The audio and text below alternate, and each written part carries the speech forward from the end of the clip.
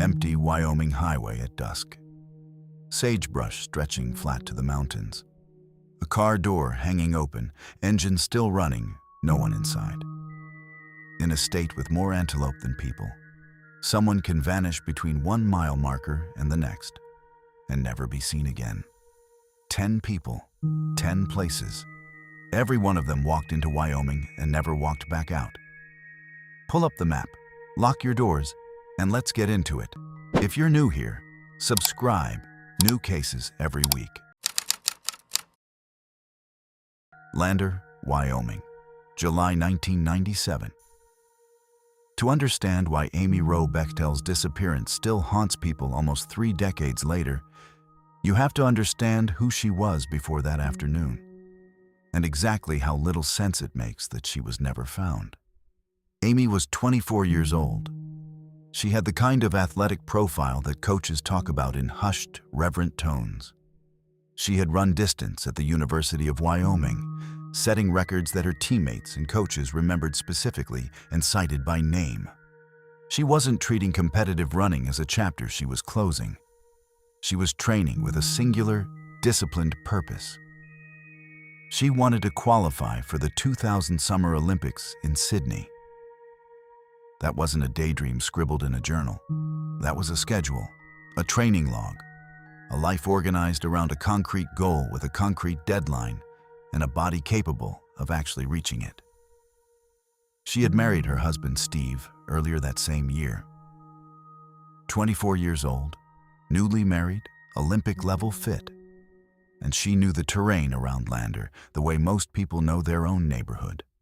The roads, the elevation changes, the places where the trail bends and the timber thickens and the light shifts in the late afternoon.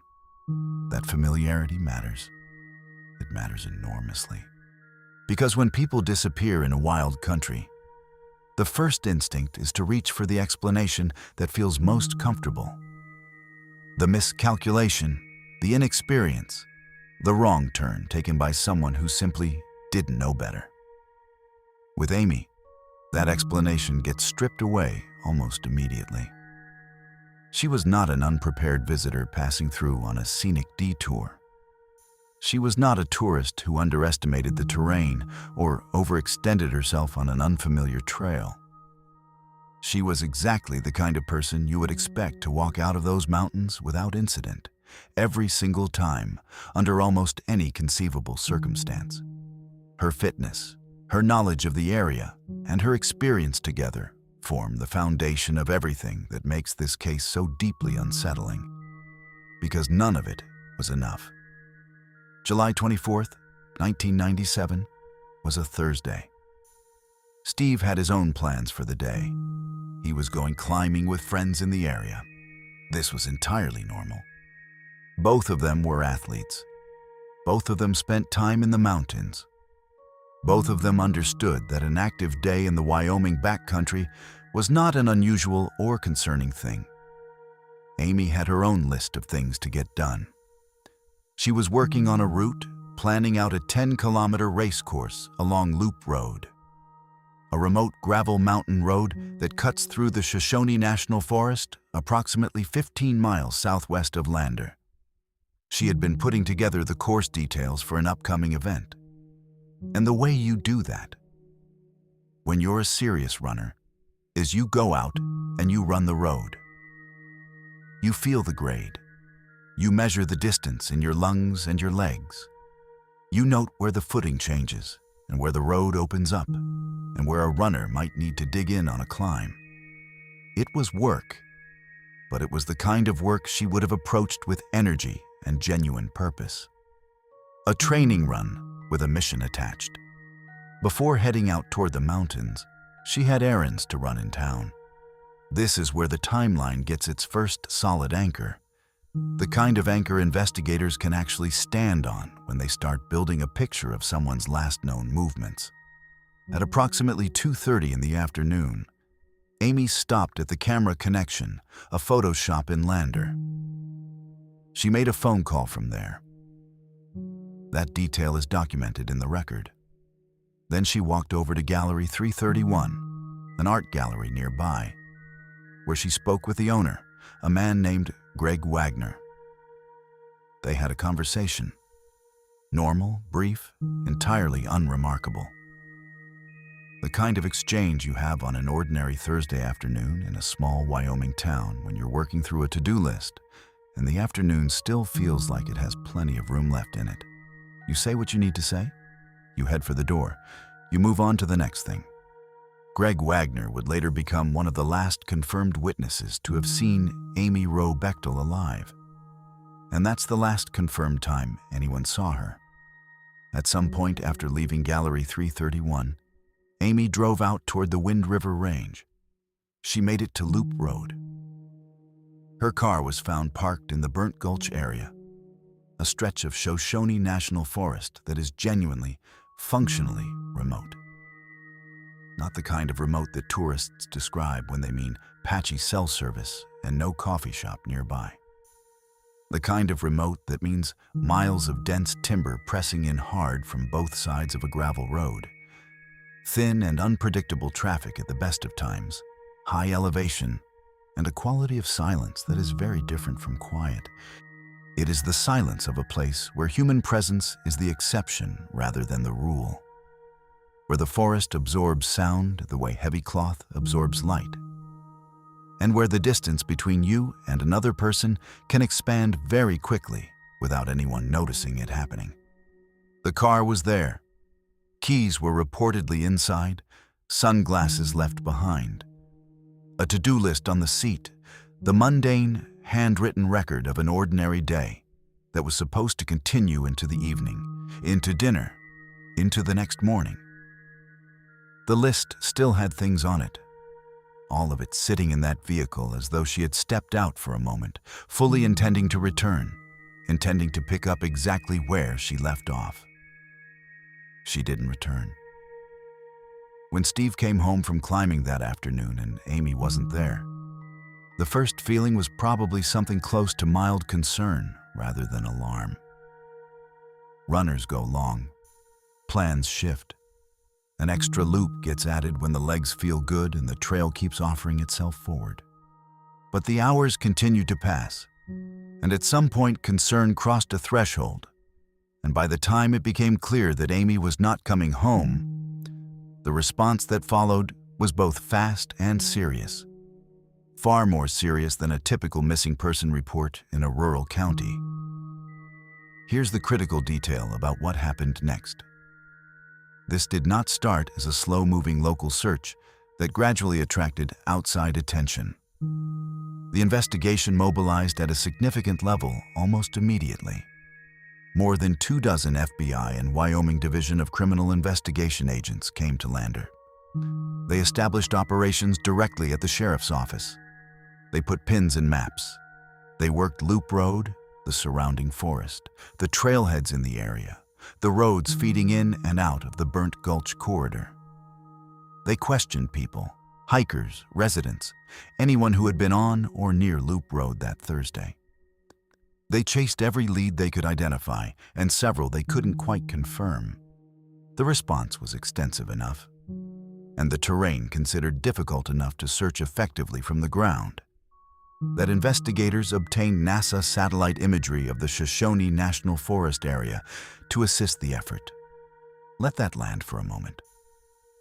They pulled satellite images from space, pointed at a stretch of Wyoming mountains, and used them to try to find a woman who had vanished from a gravel road on an ordinary Thursday afternoon. They found nothing. No Amy. No evidence on the ground that explained what had happened to her after she parked the car.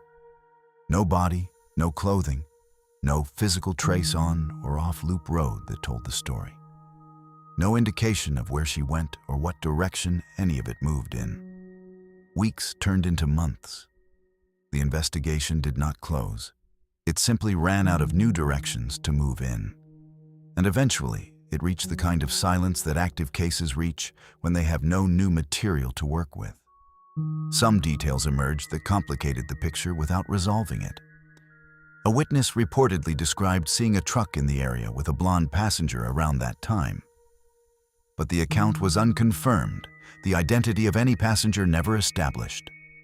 And the detail sits in the record as exactly the kind of thing that raises the temperature of a case without giving investigators anywhere definitive to go. A thread that can't be pulled because no one can find where it ends. Then there is the name that surfaces whenever this case is discussed seriously: Dale Wayne Eaton. Eaton did not enter this story through Amy's case alone. He was later convicted of the 1988 murder of Lisa Marie Kimmel, a young woman whose case took 15 years to solve, and whose death occurred along the same general Wyoming corridor. What connects Eaton to Amy is not a charge, not a conviction, not a piece of forensic evidence entered into any courtroom. It is a cluster of reported details that people, including investigators, have found difficult to dismiss entirely. The kind of cluster that keeps a name attached to a case long after everyone has stopped expecting an arrest. Eaton's brother reportedly told investigators that Eaton had been in the Lander area around the time Amy disappeared. More specifically, it was reported that Eaton had been camping in or near the Burnt Gulch area, the precise stretch of Loop Road where Amy's car was found, parked on the afternoon she vanished. When investigators attempted to speak with Eaton directly about Amy's case, he declined to discuss it. He has never been charged in connection with Amy Rowe Bechtel's disappearance. That fact stands without qualification. What remains around it is a set of overlapping circumstances, geography, timing, reported statements that have never been assembled into an arrest, a trial, or a resolution of any kind. The case stays open. The theory stays a theory. The mountains between Lander and Burnt Gulch stay exactly as they were. There is one more detail that tends to come up whenever people revisit this case. Mentioned carefully, the way you mention something you genuinely cannot explain away. A watch, described as similar to the type Amy wore, was reportedly recovered from a river in the area. Not confirmed as hers, not definitively connected to her disappearance in any official capacity. Just there, in the water, in the mountains, sitting in the record as one more thing that doesn't close anything and doesn't open anything clean. Amy Rowe Bechtel has never been found. Her case remains open. The Loop Road still runs through the timber of the Shoshone National Forest, 15 miles from Lander, carrying whoever happens to drive it on any given afternoon. The mountains kept their answer, and in nearly 30 years, they have not offered it back. And the next one is worse, because this time, the car wasn't just parked. It was still running. Carbon County, Wyoming. November 1982. Before we get to the running engine and the open doors and the single set of footprints disappearing into a whiteout, you need to understand what kind of man Paul Donald Kemp Jr. was, and what he was doing on a remote stretch of Interstate 80 in the middle of a Wyoming blizzard in the first place. Don Kemp was 35 years old. He worked in advertising in New York City, which is about as far from the Wyoming prairie as a person can get without leaving the continental United States. The rhythms of that life, deadlines, clients, offices, the compressed density of a city that never actually goes quiet, had apparently reached a point where Kemp was ready to step away from all of it. He was in the process of relocating west, starting over in the specific way that certain people do when they've decided that the version of themselves that exists in a familiar place has run its course. And the only way forward is to put serious distance between who you've been and who you intend to become. He was also working on a book, a project about Abraham Lincoln and the Lincoln Highway, which is one of those research endeavors that demands you actually go to the places you're writing about, that you put yourself on the road and let the geography do something to your thinking that a library alone cannot replicate. The Lincoln Highway was America's first transcontinental road, and stretches of its original route run directly through Wyoming. if you're writing seriously about that history, you drive it. You feel the scale of the land it crosses. You understand in your body, not just your intellect, what it meant to travel that corridor before the interstate system existed, before GPS, before any of the infrastructure that makes crossing Wyoming feel manageable to a modern driver. Kemp was doing that work, moving through the country with a purpose, following a route that had genuine meaning to the project he'd committed himself to. Somewhere between the life he was leaving behind and the one he intended to build on the other side of the country. On November 16, 1982, somewhere along a desolate corridor of Interstate 80 in Carbon County, that journey stopped. The conditions that day were not marginal. This was not a case of weather that inconveniences you and adds an hour to a drive.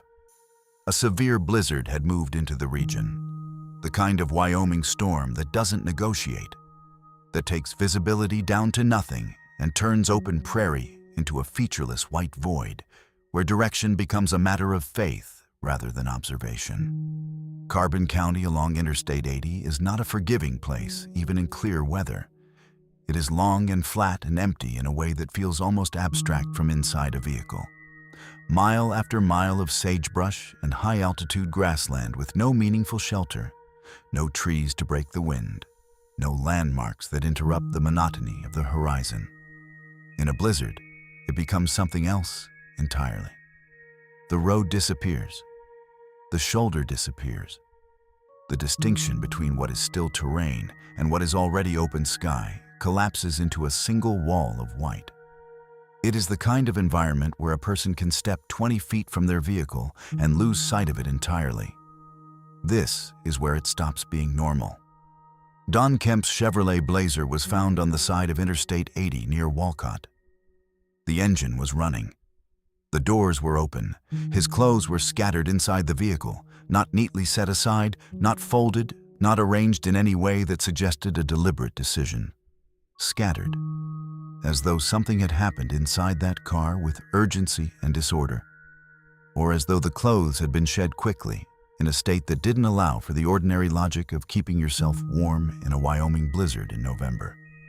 Whatever sequence of events produced that scene, it did not look like a man who had calmly pulled over, assessed his situation, and made a rational decision about what to do next. A running engine, open doors, a person's clothing left behind in temperatures that make exposed skin dangerous within minutes. Searchers who responded to the scene found something that has stayed with this case ever since. A single set of footprints leading away from the Blazer. Not toward any visible shelter, not toward any structure or landmark that would explain the direction chosen. Just away, out into the emptiness of the Carbon County prairie, into a blizzard that was actively erasing the ground behind each step as it was made. The footprints didn't lead to a fence line, a road marker, a farmstead visible in the distance. They led into the storm itself, as though whatever was driving the decision to walk had nothing to do with the destination. Following those prints, searchers found one additional object, Kemp's teapot, sitting in the snow some distance from the vehicle. Nothing else at that location, just the teapot.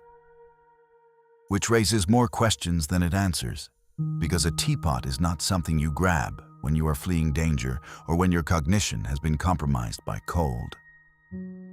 It is something you carry deliberately, with a specific intention behind the action.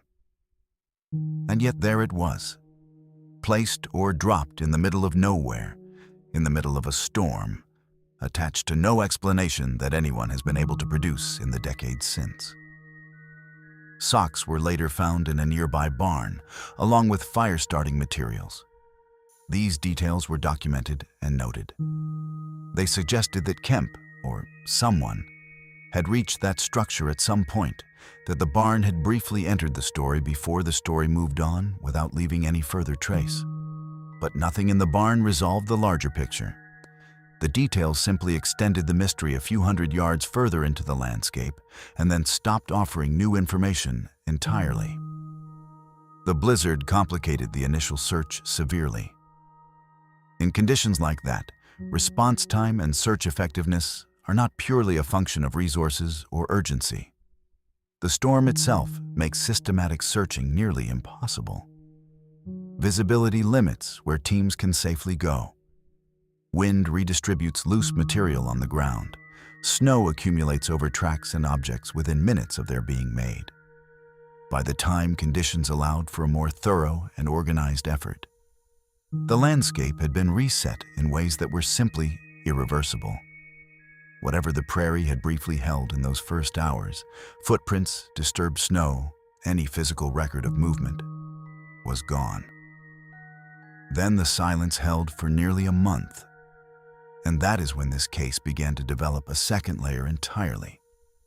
One that is stranger in some ways than the abandoned vehicle itself. Here's the critical detail.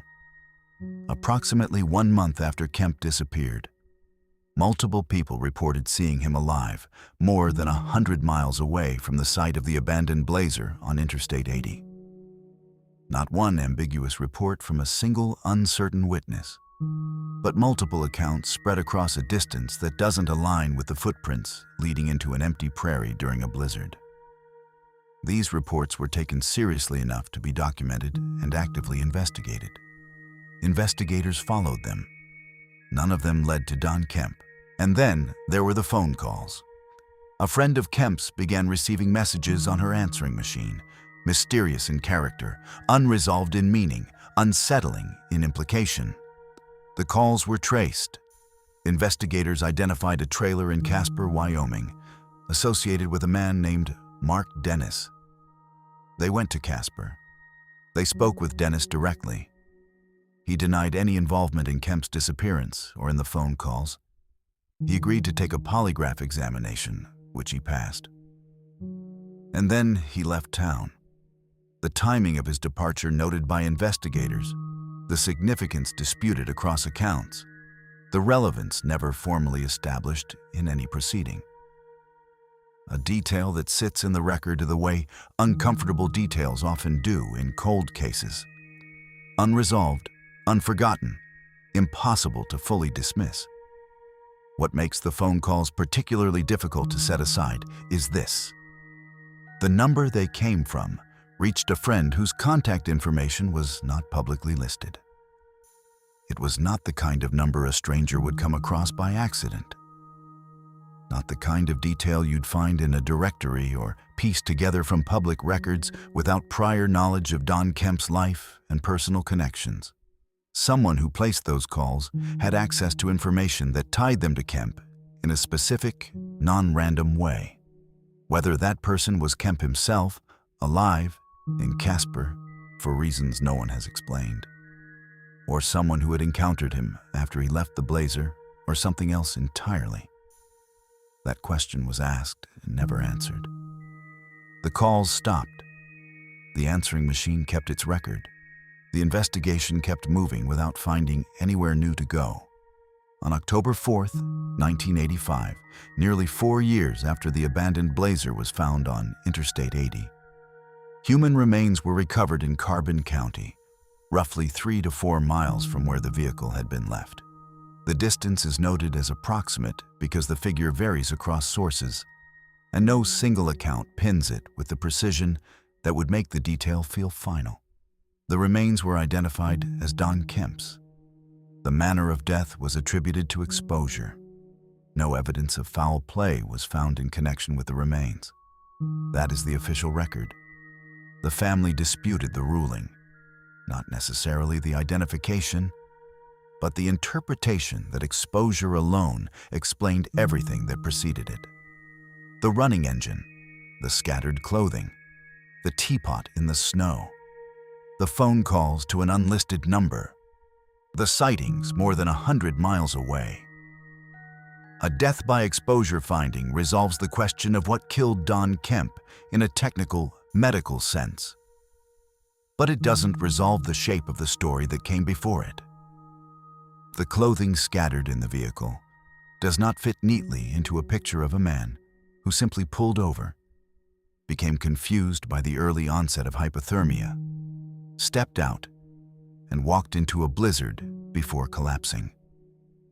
Hypothermia does cause irrational behavior. The medical record is unambiguous on that point, including, in some documented cases, a paradoxical urge to remove clothing even in extreme cold, a phenomenon with a clinical name, paradoxical undressing.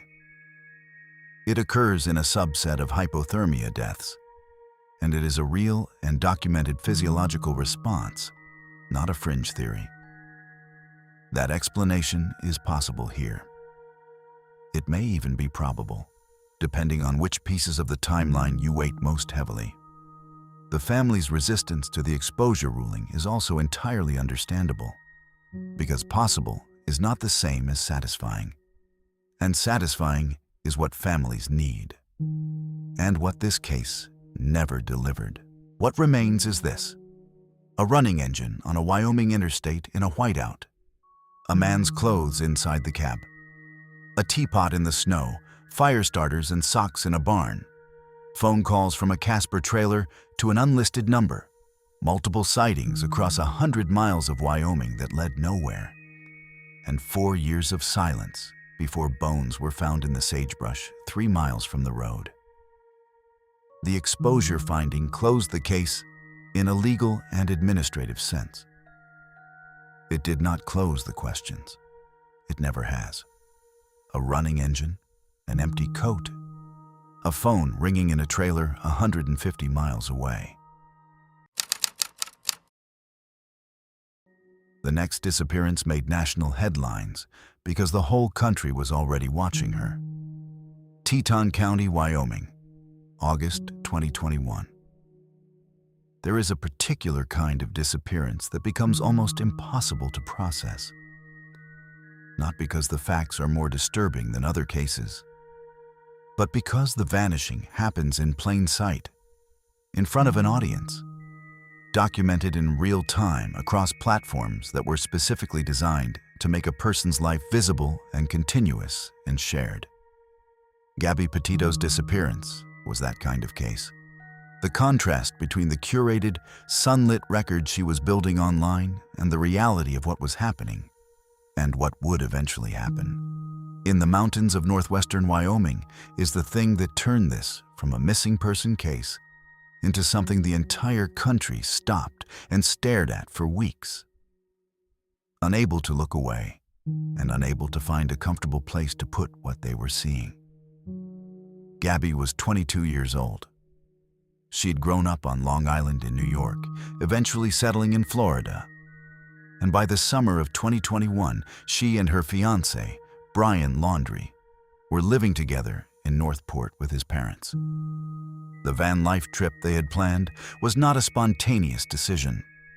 It had been organized, budgeted, and prepared for in the specific way that people who intend to document a journey for an audience tend to prepare.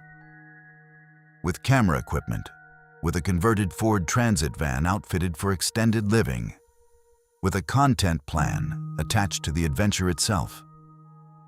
They left Florida in July 2021 on a route that would take them west and north through the national parks of the American interior, hitting destinations across Kansas, Colorado, Utah, Idaho, and Wyoming.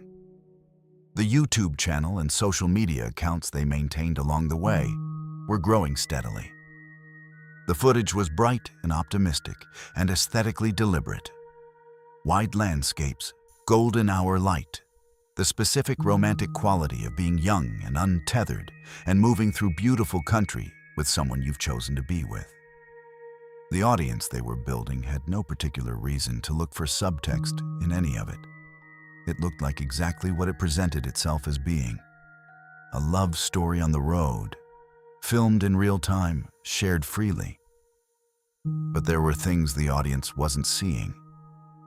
On August 12th, 2021, law enforcement in Moab, Utah, partway through the trip, well before Wyoming, responded to a reported disturbance involving Gabby and Brian. Officers arrived, spoke with both of them separately, and documented the interaction thoroughly. Gabby was visibly distressed during the encounter. and the responding officer's body camera footage captured details that would later become some of the most analyzed footage in the entire case. The encounter was classified as a domestic incident. Officers on scene made decisions about how to handle the situation, separating the couple for the night rather than making an arrest, that were later scrutinized extensively by legal commentators, domestic violence advocates, and journalists. At the time, the couple continued their trip without a formal criminal charge. That stop in Moab is now one of the most examined moments in the entire timeline. A point where something was clearly wrong, where it was visible and documented on official record by responding law enforcement, and where the direction of events did not change in any way that mattered.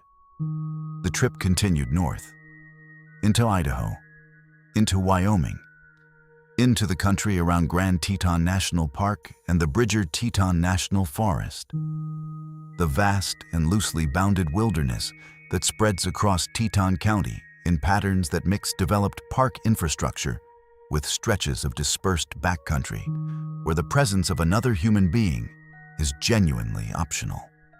Gabby and Brian moved through this landscape in their van, camping in dispersed sites the way van lifers typically do. Off established campgrounds, along unmarked forest roads, in the margins between the managed park and the open forest.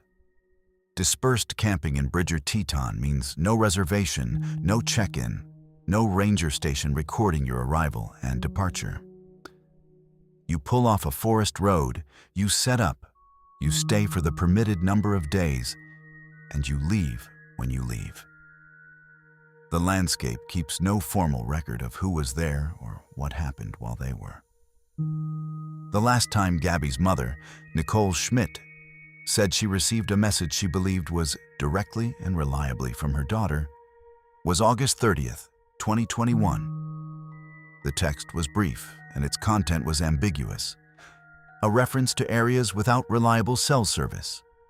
A mention of visiting a national park. The kind of message that reads entirely differently depending on what context you bring to it.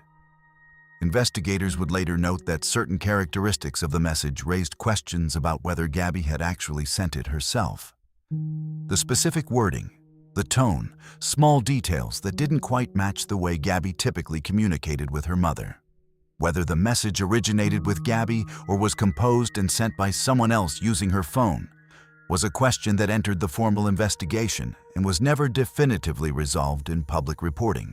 At the time, her mother received it as a normal communication from a daughter who was traveling in a region where cell coverage drops in and out unpredictably. She had no reason yet to read it any other way. There was nothing in the message that said, "Something is wrong." There was nothing that said, "Find me." This is where it stops being normal. September 1st, 2021. Brian Laundrie drove the van back to Florida. Alone. He returned to the home in Northport without Gabby, without offering any explanation to her family about where she was or what had happened between Wyoming and his return.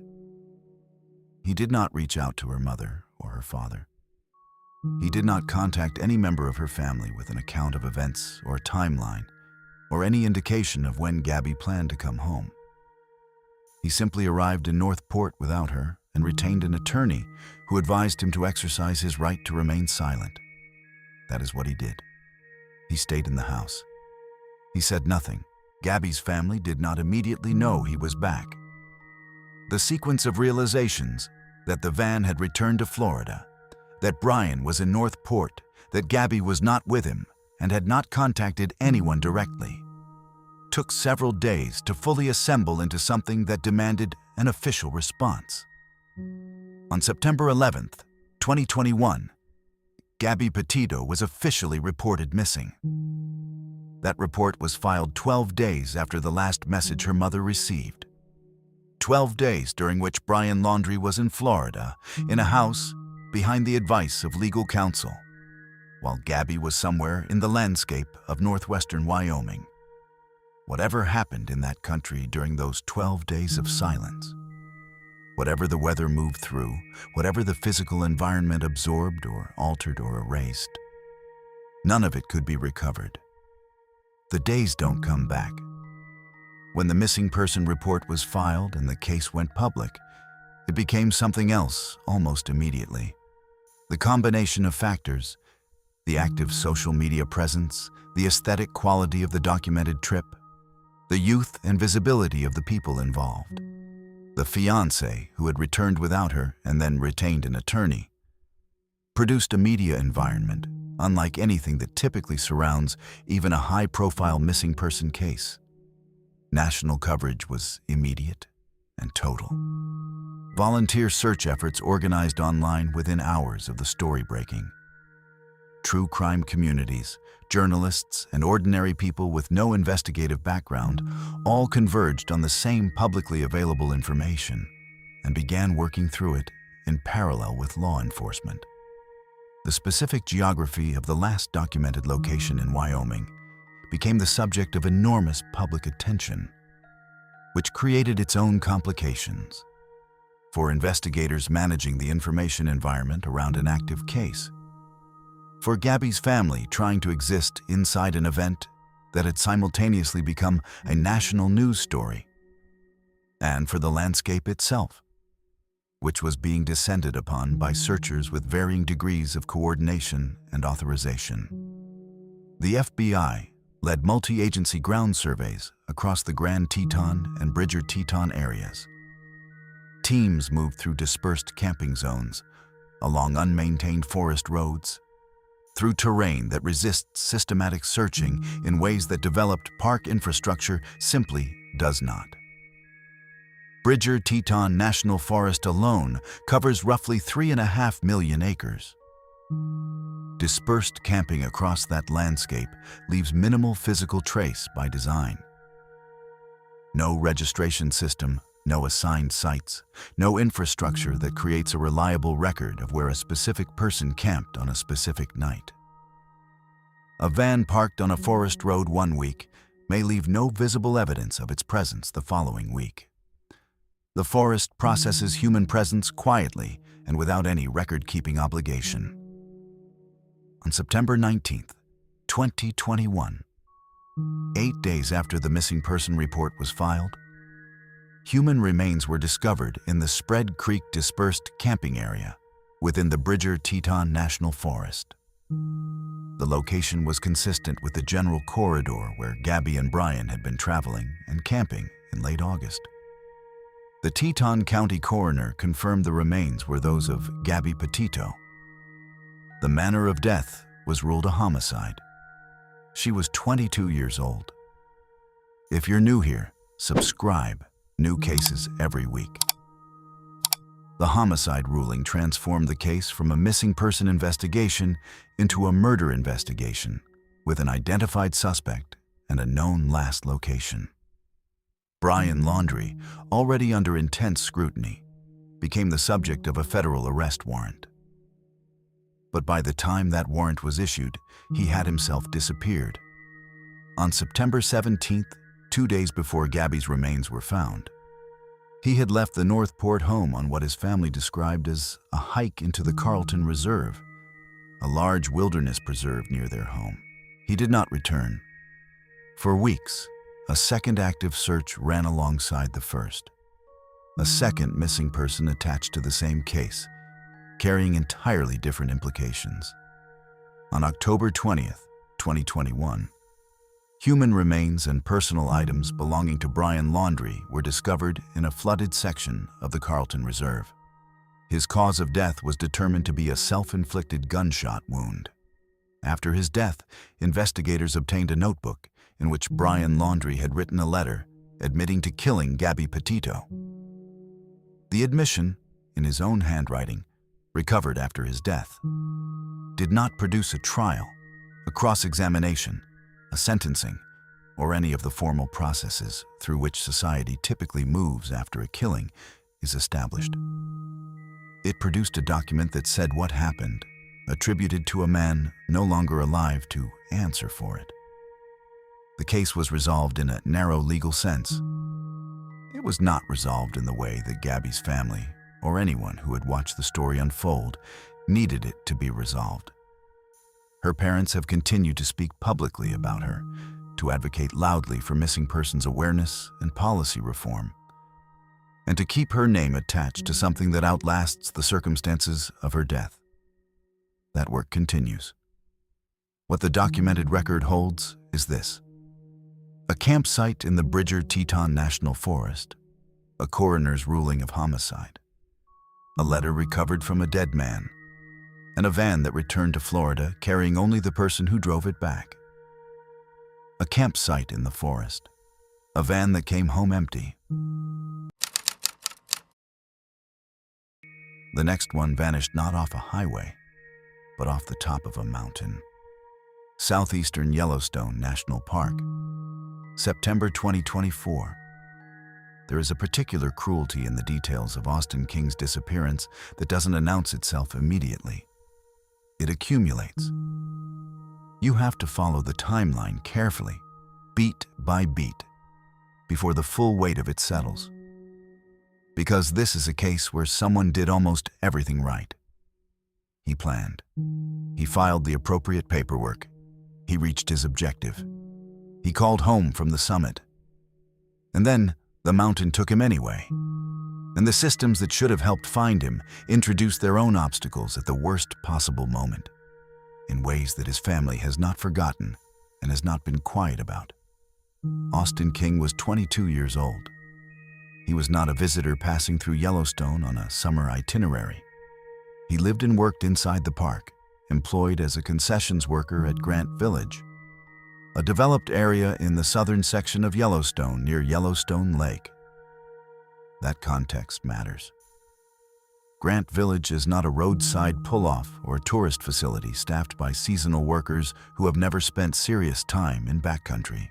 It is a full-service lodge and marina complex deep within one of the most vast and ecologically complex wilderness areas in the American West. People who live and work at Grant Village develop a relationship with the landscape that is qualitatively different from what most park visitors ever experience. The park is not a place they move through. It is where they wake up in the morning, where they go after their shift ends, where they spend their days off when they want to be outside, and the surrounding country offers infinite options in every direction.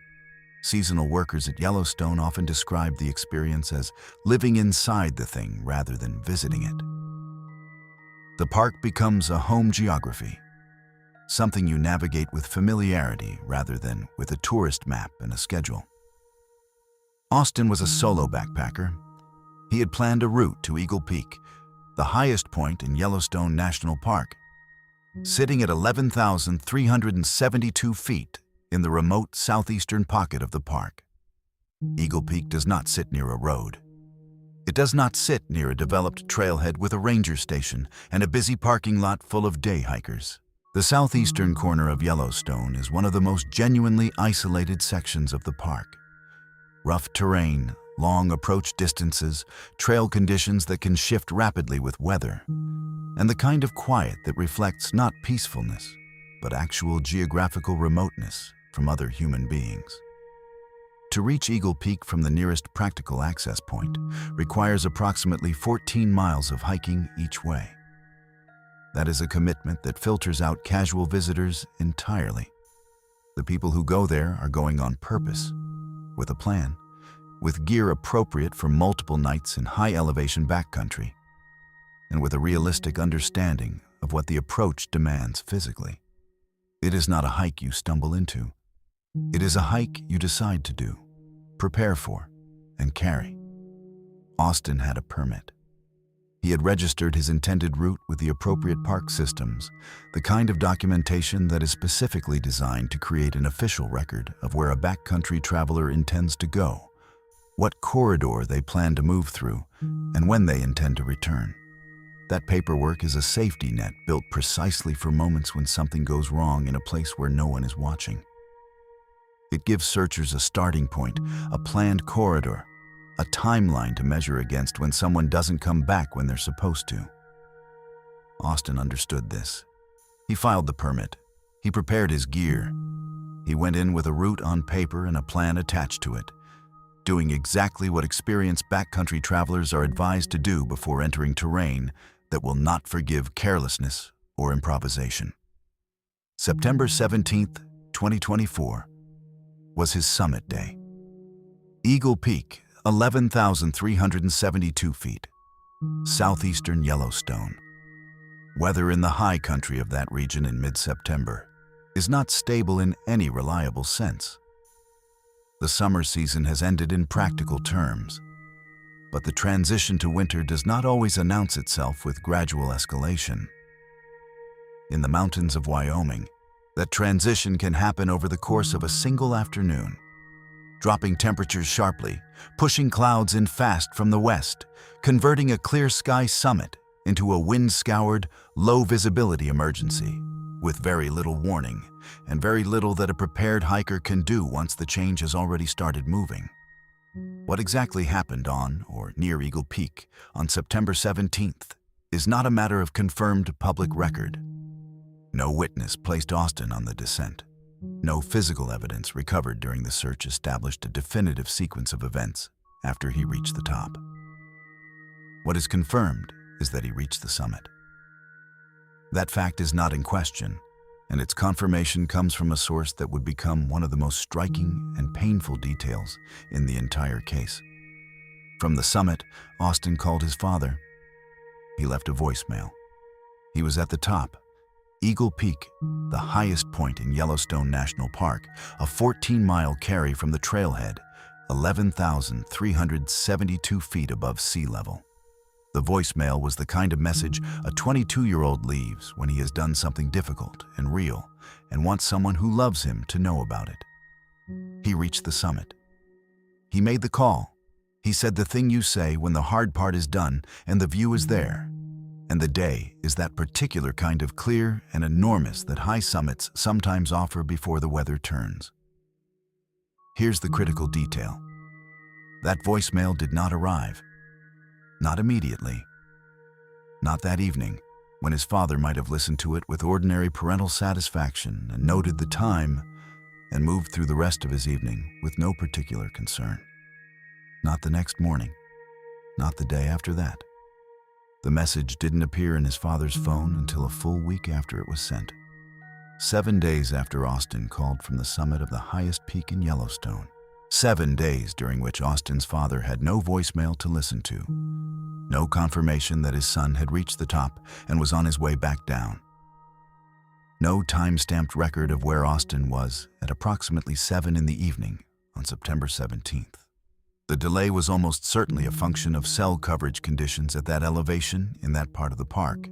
Messages queue in network systems and process when signal conditions allow, sometimes hours later, sometimes days later, in genuinely remote, high-elevation locations where coverage is intermittent and unreliable. The technical mechanism behind the delay is not mysterious. The consequence of it is devastating. A week of uncertainty that could have been a week of confirmed last known location. A week during which the search, when it eventually launched, was operating without the clearest possible anchor point for where Austin had been and when. Austin was reported overdue on September 20th, 2024, 3 days after his summit attempt, when he failed to show up for a previously scheduled boat ride back home across Yellowstone Lake. He had made arrangements that anchored his expected return to a specific time and method of travel. When that time passed and the boat departed without him, the concern that had likely been building quietly over the preceding days converted into an official missing person report and a formal search response. The search mobilized quickly and at significant scale. At its peak, the effort involved 96 people. Hiking teams working multiple approach corridors into the southeastern backcountry. A dog team, drone operations providing aerial surveillance of terrain that ground teams could not access efficiently on foot. And helicopter assets capable of covering the kind of distance and elevation that makes ground search prohibitively slow in remote mountain environments, where the terrain itself becomes an obstacle as significant as weather. The search was serious and large-scale and resource-intensive. It was also operating in conditions that compounded the difficulty of every decision made in the field, and every request made by the family watching from outside the institutional process. A significant snowstorm moved into the region around the time Austin went missing. The kind of early-season weather event that deposits snow across high-elevation terrain alters the visual signature of the landscape from the air in ways that make aerial search fundamentally less effective. Buries physical evidence, including footprints, disturbed vegetation, discarded gear, and the small topographical disturbances that tell searchers where a person traveled and where they stopped, and simultaneously compresses the effective search window by making conditions increasingly unsafe for the searchers themselves. Snow at elevation is not merely an inconvenience to a search operation. It resets the landscape, erases the record, and turns the terrain into something that actively resists the work being done on it. This is where the case turns dark.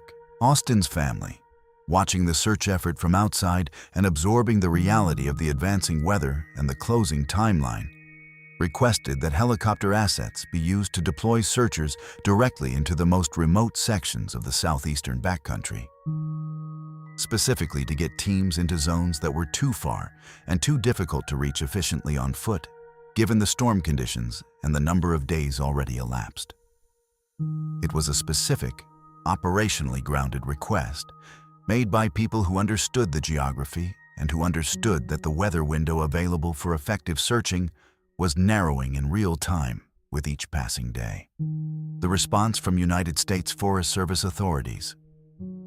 And it is important to note here that jurisdiction in this particular corner of the park involves overlapping federal land management systems whose boundaries are not always intuitive.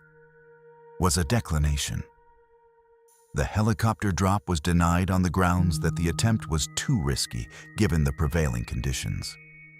The decision was made by institutional actors operating according to established protocols and safety guidelines specifically designed to prevent search and rescue personnel from becoming additional casualties in a rescue operation that has already gone wrong. Those protocols exist for documented reasons. People have died attempting rescues in conditions similar to what was present over southeastern Yellowstone in those days, and the protocols reflect that institutional memory. None of that institutional context made the denial easier for the family to absorb.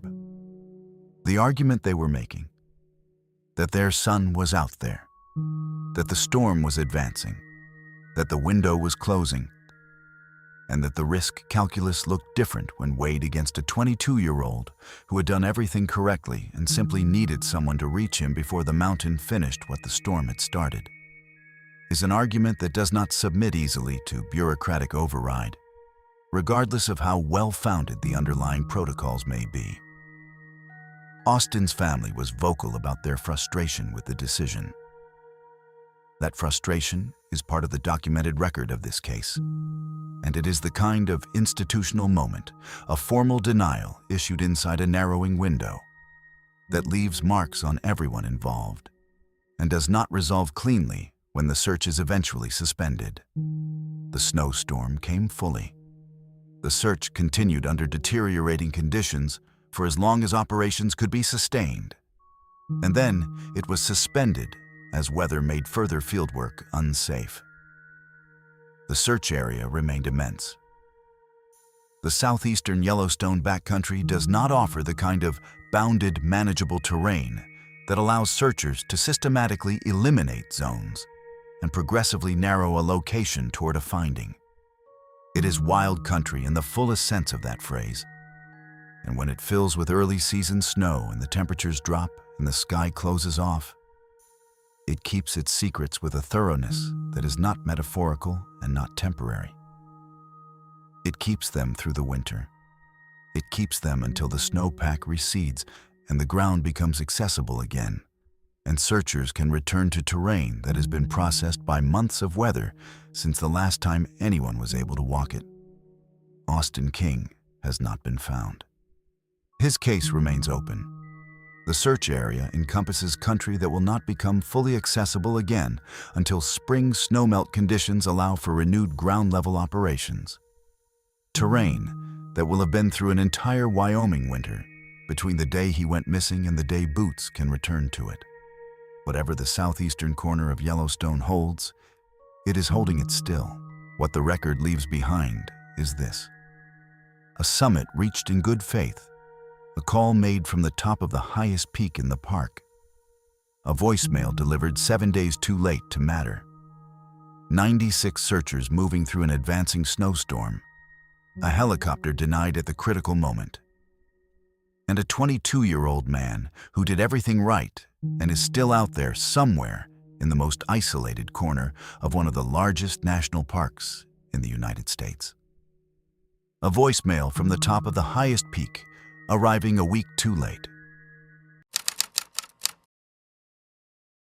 The next case was solved by a barbed wire knot and 12 years of silence. Rawlins to Natrona County, Wyoming. Summer 1982. There is a specific kind of invisibility that attaches itself to certain missing persons, not because their cases are less urgent or less tragic than the ones that generate headlines and federal resources and satellite imagery, but because of who they were, where they were, and when they disappeared. Naomi Lee Kidder was 18 years old in the summer of 1982. She was a young mother. She was living in Rawlins, Wyoming, in the middle of an oil boom era that had transformed certain Wyoming towns into something volatile and transient. Places that filled up quickly with workers and money, and the specific kind of social disorder that tends to accompany fast economic expansion in isolated communities far from any metropolitan oversight. She was trying to navigate that environment with a baby daughter and limited resources and the ordinary forward momentum of a teenager who has not yet had the chance to build the kind of stability that makes disappearing from the world difficult to do.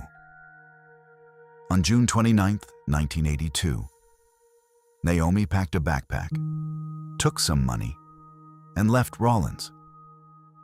She was hitchhiking, heading northeast toward Buffalo, Wyoming, along the long, empty corridors of highway that connect the oil country towns of the central Wyoming interior. The decision to hitchhike those roads in 1982 was not unusual in the context of rural Wyoming at the time. It was the way people without vehicles moved across distances that public transportation did not meaningfully serve. In a region where the distances between towns are measured in hours rather than minutes, and where the practical options for getting from one place to another without a car were genuinely limited, Naomi was doing what young people in that situation did, taking her chances with passing traffic and extending trust to strangers because the alternative was staying in place when she needed to move. She never arrived in Buffalo. Her family reported her missing on July 1, 1982. 2 days after she walked out of Rawlins with her backpack and her money and whatever plans she had assembled for herself on the other side of the trip. The report went in. The paperwork was filed. And then, in the way that missing person cases involving young transient women in 1982 Wyoming too often proceeded, the machinery of active investigation did not match the urgency of the situation. The case did not generate the kind of immediate, resource-intensive response that other disappearances from the same era attracted. It moved into the category of cases that receive formal acknowledgement and insufficient follow-through. And it stayed there. Approximately 2 months after Naomi left Rawlins, her remains were found in Natrona County, partially buried in a shallow grave in rural terrain, well off the highway corridor she had been traveling. The location placed her death somewhere between Rawlins and her intended destination, in country that is deeply empty and offers very little in the way of witnesses, surveillance, or any of the incidental human presence that might have produced information about what happened to her. She had been murdered.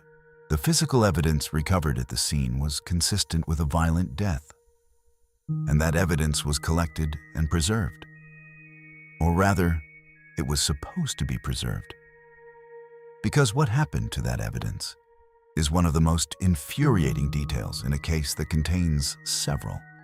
But here is what doesn't make sense, or rather, here is what makes a terrible kind of sense once you understand the institutional failures that defined this case's trajectory. When the remains were found in the summer of 1982, the woman in that shallow grave had no name attached to her in any official system. She was logged as a Jane Doe. The evidence collected at the scene, biological material, physical samples, the forensic record of a murder that had been committed on a young woman in rural Wyoming, was transferred into law enforcement custody in Natrona County and placed into a refrigerator for storage. The logic of that storage decision is straightforward. Biological evidence degrades at room temperature over time, and refrigeration slows that process, preserving the evidentiary value of material that may eventually be needed for comparison, for identification, for the prosecution of whoever committed the crime. Refrigeration is standard practice. It is the minimum reasonable step a department takes to preserve material it has recognized as potentially important. The refrigerator failed. At some point after the evidence was stored, the refrigeration unit malfunctioned, and the biological evidence collected from Naomi Kidder's murder scene was destroyed. Not lost, not misplaced, not transferred to a different facility or misfiled under a different case number. Destroyed by the failure of the equipment that was supposed to protect it in a manner that cannot be undone or reconstructed or recovered from. The evidence that could have identified her killer was gone. Here's the critical detail about what that failure actually meant for the case. It wasn't just the loss of material that might have led to an arrest. It was the loss of material that might have eventually led to the identification of the victim herself. Because in 1982, Naomi Kidder was not in any national missing persons database in a way that allowed for systematic comparison against unidentified remains. The National Crime Information Center database, which maintains records of missing persons and unidentified remains and enables law enforcement agencies across the country to cross-reference cases, was not fully utilized in the way it is today. Entries were not always made consistently. Cases involving young women who were transient or from marginalized circumstances, or reported missing by families without the resources or connections to aggressively push their case into the national system, sometimes simply didn't get entered, or got entered incompletely, or got entered in ways that made matching against an unidentified set of remains an unreliable process rather than a routine one. Naomi Kidder was not connected to the Jane Doe found in Natrona County for 12 years. 12 years during which her family did not know what had happened to her. 12 years during which her baby daughter grew up without a mother and without an answer. 12 years during which the woman in the shallow grave outside Rawlins remained a number in a county file rather than a name in a family's history. 12 years during which anyone who knew anything about what happened on that highway in the summer of 1982 had the luxury of silence, because the victim had no identity that connected her to any specific person's knowledge of the event. And the evidence that might have overcome that silence had been destroyed by a broken refrigerator in a county evidence room. The identification came on March 10, 1993.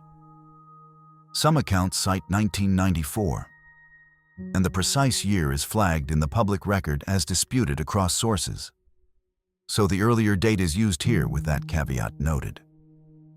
The identification was made through dental records, the specific granular comparison of dental structure that was possible even without the biological evidence that had been lost. Someone, at some point, thought to make the comparison, or the comparison became possible through the accumulation of records in a system that was gradually becoming better at the work of connecting names to remains. The match was made. Naomi Lee Kidder, 18 years old, who had left Rawlins on June 29, 1982, with a backpack and money and a destination she never reached, was identified as the woman who had been lying in a Natrona County grave for over a decade. Her family learned what had happened. Her daughter learned what had happened. The administrative record was updated. Her murder remains unsolved. The destroyed evidence did not merely complicate the investigation. It fundamentally foreclosed certain investigative pathways in ways that cannot be walked back. When biological evidence from a murder scene is gone, the forensic foundation for certain categories of comparison and analysis is simply absent. Modern DNA technology, which has reopened cold cases that seemed permanently sealed, depends on the existence of biological material from the original crime scene. If that material has been destroyed, the technological advances of subsequent decades cannot retroactively produce what was lost. The refrigerator failure did not just damage Naomi Kidder's case. It may have permanently protected whoever killed her from one of the most powerful investigative tools that would eventually be available to law enforcement. Names have been mentioned in public coverage in connection with this case.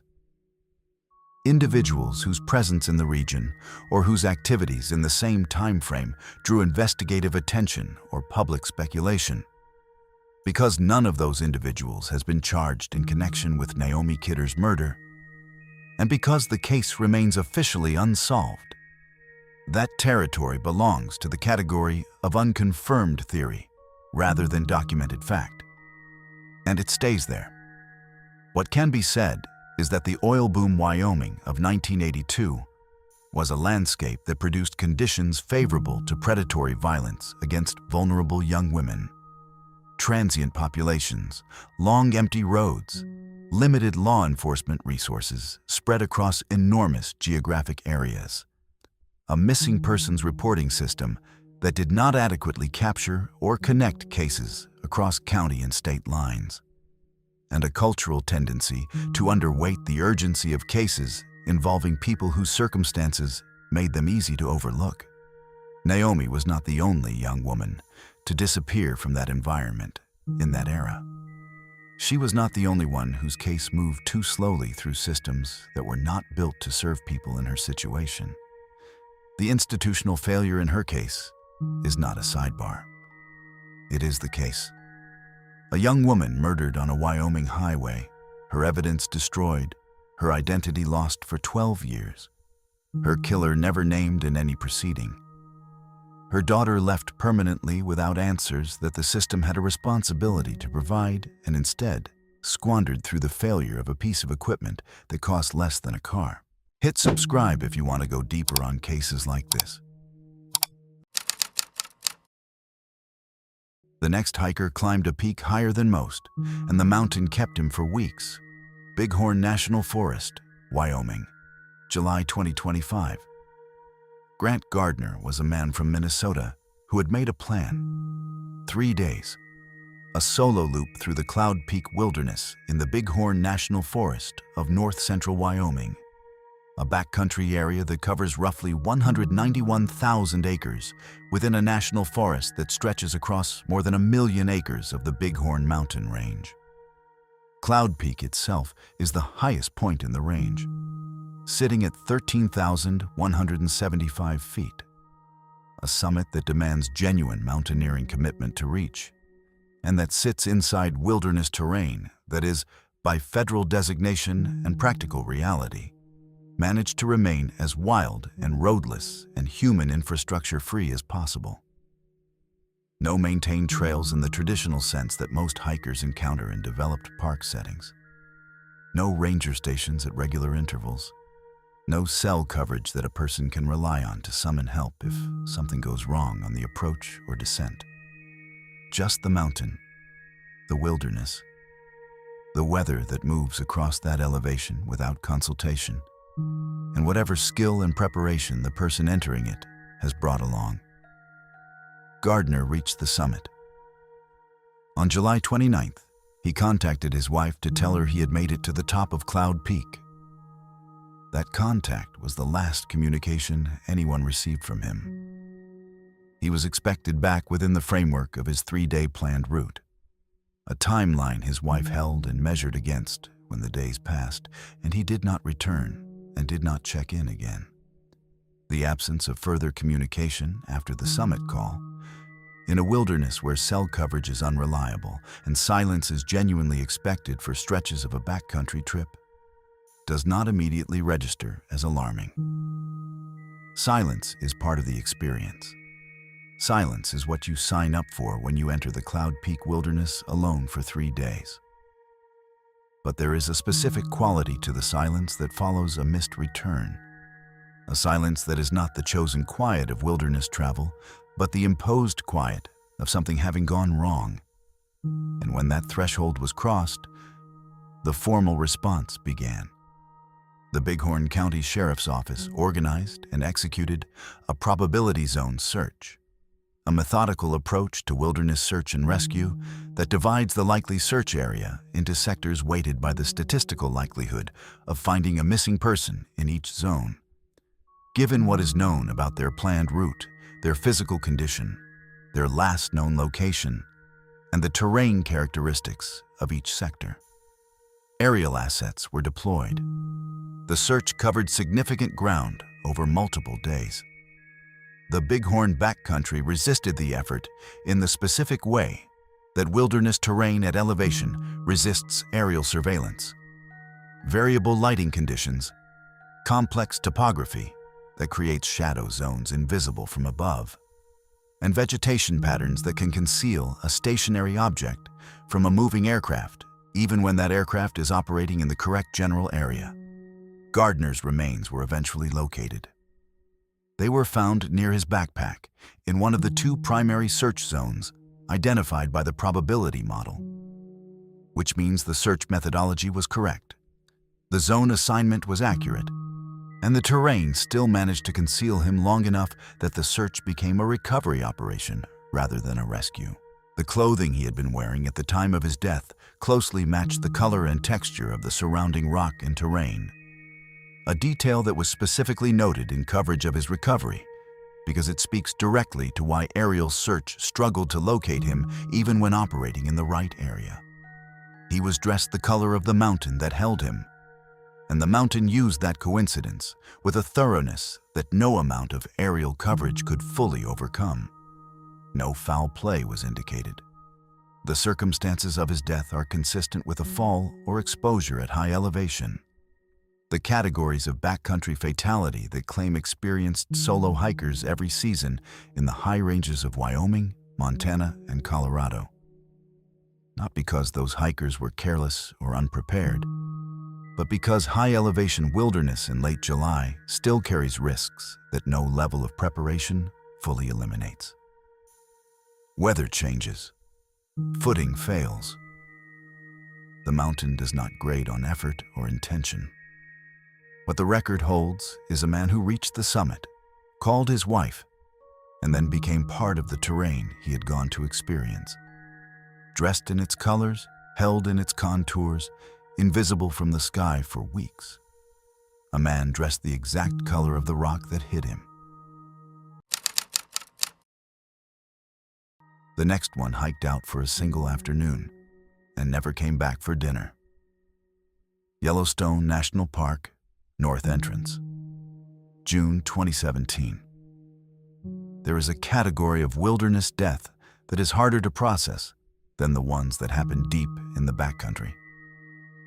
Not because it is more tragic in any absolute sense, but because the geography refuses to cooperate with the story. When someone disappears or dies on a 14-mile solo push into the most remote corner of a national park, there is a framework available for understanding it, even if that framework is painful. The distance, the isolation, the commitment required to reach that terrain. These things carry an implicit acknowledgement that the person who went there knew they were entering serious country. The risk is embedded in the approach. You feel it in your legs on the way in, and it shapes every decision you make about weather and pace and the hour at which you turn around. Jeff Murphy's death doesn't work that way. Jeff was 53 years old. He was from Batavia, Illinois, a suburb of Chicago, the kind of place where Yellowstone exists as a destination you plan for. A trip you put on the calendar and look forward to through a Midwest winter.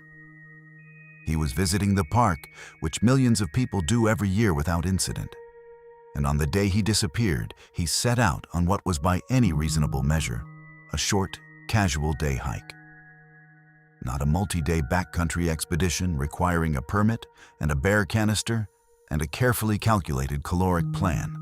A day hike, the kind of outing that implies a return for dinner, a night in a lodge or campground, a story to tell the next morning about how clear the views were and how much ground you covered. The kind of hike that does not require anyone waiting for you to update an emergency contact, because the implicit understanding is that you'll simply be back. He didn't come back. The area around Turkey Pen Peak sits near the north entrance to Yellowstone, near Mammoth Hot Springs, which is one of the most developed and heavily visited areas of the entire park. Mammoth is where the park's administrative headquarters are located, where the visitor center sits, where the thermal terrace formations draw crowds year-round, where the infrastructure of a major national park is most visibly concentrated. The north entrance, accessed from Gardner, Montana, is a main gateway into the park, not a remote backdoor route used only by serious backcountry travelers. It is the busy front door, staffed and developed and surrounded by the ordinary commerce of a park town. Turkey Pen Peak itself is in the Rescue Creek Trail area, terrain that rises steeply from the valley floor and offers the kind of summit views that make a day hike feel worthwhile. But it is terrain that requires genuine attention to footing and route finding on the ascent and descent, particularly on the steeper sections where the trail transitions from maintained surface to open rocky slope. This is where it stops being normal. Jeff Murphy did not return from his hike on June 19, 2017. When he failed to appear at whatever time or arrangement marked the expected end of his day, the people who knew he was out triggered a response. A search was launched the following day, June 20th. And what assembled to find one man on a day hike in the vicinity of a major park entrance was a search operation of a scale that tells you something about the terrain and the urgency with which park search and rescue teams take these situations seriously, regardless of how casual the outing appeared from the outside. At its peak, the search for Jeff Murphy involved 8 hiking teams moving through the Rescue Creek and Turkey Pen Peak area on foot, working the trail systems and the off-trail terrain in coordinated sweeps. 5 dog teams were deployed. Search dogs capable of working scent trails in terrain that human searchers cannot systematically cover on foot. Animals that can identify the specific olfactory signature of a missing person in country where the visual environment offers no obvious cues. 4 horse teams extended the search capacity into areas where the combination of speed and elevated vantage point gives mounted searchers advantages that foot teams don't have. And overhead, a helicopter worked the aerial coverage, moving across the ridgelines and gullies and steep rocky faces of the Turkey Pen Peak area, with the ability to cover in minutes what ground teams would require hours to walk. 8 hiking teams, 5 dog teams, 4 horse teams, a helicopter. All of them deployed to find a man who had gone out for an afternoon. The trail through the Rescue Creek area was closed during the active search period. Standard protocol for an active search operation, designed to keep additional civilian foot traffic from complicating the scent environment for the dog teams and from potentially contaminating or disturbing any physical evidence that searchers might need to work with. The closure itself communicated something to other park visitors that a missing person notice alone might not have. The visible presence of the tape, the redirected traffic, the quiet authority of a trail being held off limits. Something happened here. The park is working on it. Don't go in. Jeff Murphy's body was found on June 22, 2017. The search had been underway for 2 days. He had died from an apparent fall. The terrain around Turkey Pen Peak, steep and rocky on its upper sections, offers the kind of footing that demands consistent attention. The kind of surface where a single misstep on the descent, when legs are tired and attention has begun to relax with the sense that the hard part is behind you, can produce consequences that are immediate and final. A fall at that elevation, on that terrain, does not require exceptional negligence or dramatic error. It requires one moment of misplaced weight, one patch of loose rock under a boot that expected solid purchase and didn't find it, one decision about where to step that turns out, in retrospect, to have been the wrong one. Here's what doesn't make sense, or rather, here is what resists the comfortable resolution that apparent fall might seem to offer. The specific circumstances that put Jeff Murphy on that particular slope, at that particular hour, in whatever specific configuration of route-finding decisions he made between the trailhead and the point where the fall occurred, are not part of the public record in any detailed way. The questions that tend to circulate around cases like this: which route did he take? How far off the main trail did he venture? What time of day did the fall occur? Whether the conditions underfoot were dry or wet or otherwise compromised, are marked in the documentary record as unknown because those details were either not established publicly or were not released in reporting on the case.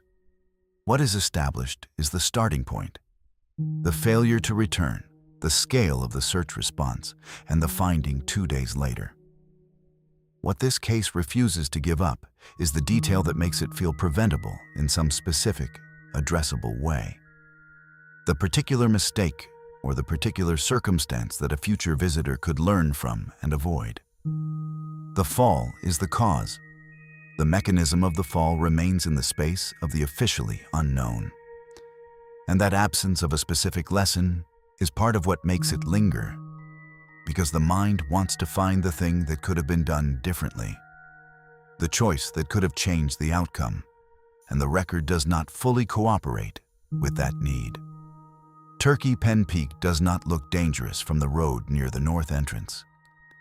It does not look like a place that requires the deployment of 8 hiking teams and 5 dog teams and a helicopter to search. It looks like what it is from that distance. A peak rising from the valley floor near a busy park gateway, unremarkable in the catalog of Yellowstone scenery, the kind of terrain feature that registers as scenery rather than as threat when you drive past it on the way to Mammoth.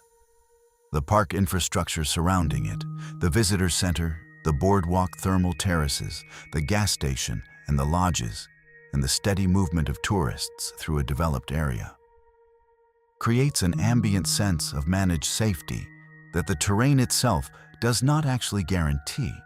The developed areas and the wild country sit immediately adjacent to each other at Yellowstone in a way that can compress the psychological distance between ordinary tourist activity and genuine backcountry risk.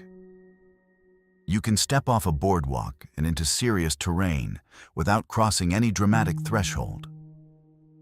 The transition is not always marked by the kind of visible boundary that recalibrates a visitor's sense of where they are and what the landscape expects of them. Jeff Murphy stepped into that terrain for an afternoon. He found Turkey Pen Peak, which offers the kind of views that reward the climb. He went up. Something went wrong on the way down, in a way that the terrain is entirely capable of producing without dramatic warning. And the trail near the north entrance was closed for 2 days, while 8 teams and 5 dog units and 4 horse teams and a helicopter searched the steep country above the valley for a man from Illinois who had simply gone out for a day hike. The trail eventually reopened. The peak sits exactly where it always has, visible from the road, unremarkable in the landscape of the north entrance area. The park processes millions of visitors every year, and most of them move through Mammoth and out the other side without incident, carrying their photographs and their memories and the uncomplicated pleasure of a day spent in one of the most extraordinary landscapes in the country. A trail reopened, a peak that looks harmless from the road, The next case isn't one person. It's two, 6 days apart, in the same small town. That part ran short, continuing to reach the required range. Campbell County, Wyoming, October 1997. Gillette, Wyoming, in 1997, was a coal town, a working town, the kind of place built around an extractive industry that runs on shifts and equipment, and the particular social texture of communities where the economy is physical and the geography is wide and the distance to the next significant city is measured in hours. Campbell County sits in the northeastern corner of Wyoming. Powder River Basin country, rolling plains interrupted by the occasional dramatic landform, a landscape that is not conventionally picturesque, but has its own austere quality, its own version of the Wyoming emptiness that defines so much of the state's character. Gillette had schools and neighborhoods, and the ordinary infrastructure of a functioning American town. And on the morning of October 13th, 1997, a 14-year-old girl named Amanda Gallion left her home to walk to school. She never arrived. The route from Amanda's home to her school was not remote. This was not a disappearance that happened in wilderness or on a lonely highway or in backcountry terrain that requires a map and a permit to navigate. This happened on suburban streets, the kind of streets where people walk to school in the morning, where cars back out of driveways, where the ordinary routines of a functioning neighborhood create a baseline of ambient human activity that should, in theory, make a person's movements visible to someone. A 14-year-old girl on a school morning walk in a town in daylight should be the kind of person who is seen, whose presence is noted by a neighbor, a passing driver, another student heading the same direction. The ordinariness of the route is part of what makes the vanishing so resistant to easy explanation. Amanda did not arrive at school that morning. When her absence became apparent, concern moved quickly toward the formal response. And investigators turned their attention almost immediately to the people in Amanda's life who might have information about where she had gone or what had happened between her home and the school. Her boyfriend, Patrick Lee Gehring, was questioned. He told investigators that he had last seen Amanda at 7:15 in the morning, a specific time, a specific last sighting claim, and a statement that investigators believed did not represent the full picture of what Gehring knew about Amanda's whereabouts. The assessment recorded in the case documentation was that Gehring appeared to be concealing information about her location. Whether that assessment reflected a specific evidentiary basis or a more general investigative judgment is not detailed in public reporting. But it was the operational conclusion that shaped how the investigation approached the days immediately following Amanda's disappearance. Here's the critical detail. 6 days passed between Amanda's disappearance and what happened next. On October 19th, 1997, 6 days after Amanda failed to arrive at school, Patrick Gehring himself disappeared. His vehicle was found abandoned, but it was the specific condition of the vehicle's abandonment that entered the record as one of those details that refuses to resolve into any comfortable explanation.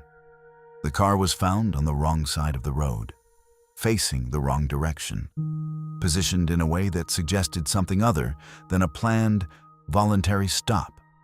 A car parked deliberately faces with the flow of traffic, pulled to the appropriate shoulder, oriented in the direction of travel. A car found on the wrong side of the road, pointed the wrong way, carries the implicit suggestion of sudden interruption, of whatever was happening inside that vehicle, stopping in a way that was not gradual and not planned and not consistent with a driver who simply pulled over to get out and walk somewhere of his own choosing. Patrick Gehring has never been found. Amanda Gallion has never been found. Both of them remain missing as of the present date. Their case is open and unresolved in the Campbell County records and in the Wyoming DCI Missing Persons database. what happened on that school morning route in Gillette in October 1997, and what happened to Patrick Gehring in the 6 days between Amanda's disappearance and his own, has never been publicly established in any proceeding or official finding. The theories that attach themselves to a case like this — flight, foul play, connection between the two disappearances, the significance of the misdirected car — remain in the category of unconfirmed, uncharged, and unresolved. No individual has been charged in connection with either disappearance. Two people, the same small town, 6 days apart, a car facing the wrong direction on an empty road, both of them simply gone. The next case is the one no search could ever close, because the missing person was a baby. Cheyenne, Wyoming, October 2016. There are cases in this catalog that resist the ordinary vocabulary of documentary storytelling. The language of clues and searches and institutional failures and unanswered questions. Cases where the standard framework of reconstruction, however carefully applied, brushes up against something that the framework was not designed to hold. Silas Ojeda was 13 months old when he disappeared from a home in Cheyenne in October 2016. He was not a hiker who misjudged terrain. He was not a traveler who made a decision on a highway. He was not an athlete who pushed into backcountry beyond a safe return margin. He was a toddler, 13 months old, at the complete mercy of the adults in his immediate environment. With no agency over his own circumstances and no capacity to seek help or leave a record of what was happening to him, he is handled here with the care that requires, which means staying close to what the documented record actually says and not elaborating beyond it. Cheyenne is Wyoming's state capital and its largest city.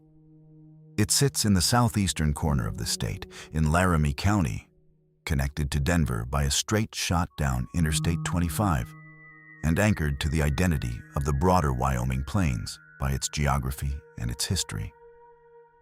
It is a city of real size by Wyoming standards, not a remote outpost or a boomtown, but a functioning urban center with the institutional infrastructure of a state capital. Government buildings, law enforcement agencies with genuine capacity, courts, social services, the full complement of systems that modern American civic life provides for its residents. The disappearance of a 13-month-old child from a home in that city, and the events that followed, became one of the cases that Cheyenne residents and Wyoming observers found hardest to set aside. Not because the outcome was uncertain, but because of what the outcome revealed about what had happened inside a private space where a small child had no protection. Silas was reported missing in October 2016. The initial contact between investigators and the people in the home produced information that moved the case from a missing person inquiry to something more immediately serious in a very short period of time. Investigators spoke with a person at the residence who confirmed that Silas was dead, that the child had died, and that his body had been disposed of by placing it into a trash container. That statement, as documented in public reporting on the case, represented the first formal acknowledgement that Silas Ojeda was not missing, in the sense that a search of the surrounding neighborhood or a canvass of recent movements might resolve. He was gone in a way that required a fundamentally different investigative response. The question that immediately followed that disclosure was the question that has defined this case ever since, and that remains, as of the present date, without a satisfying answer. Where is he? Investigators identified a landfill as the likely destination of the trash container into which Silas's body had been placed. The facility was located in Ault, Colorado, across the state line from Cheyenne, a detail that reflects the practical geography of waste disposal in the region, where the nearest large-scale landfill serving the Cheyenne metropolitan area sits south of the border in Weld County. authorities planned and executed a search of that landfill. The search was the kind of operation that requires significant logistical coordination. A modern sanitary landfill is not a simple or easily navigable space. Active landfills receive thousands of tons of material across multiple disposal cells. Material that is compacted by heavy equipment, covered with daily soil layers, and distributed across a physical footprint that can span hundreds of acres.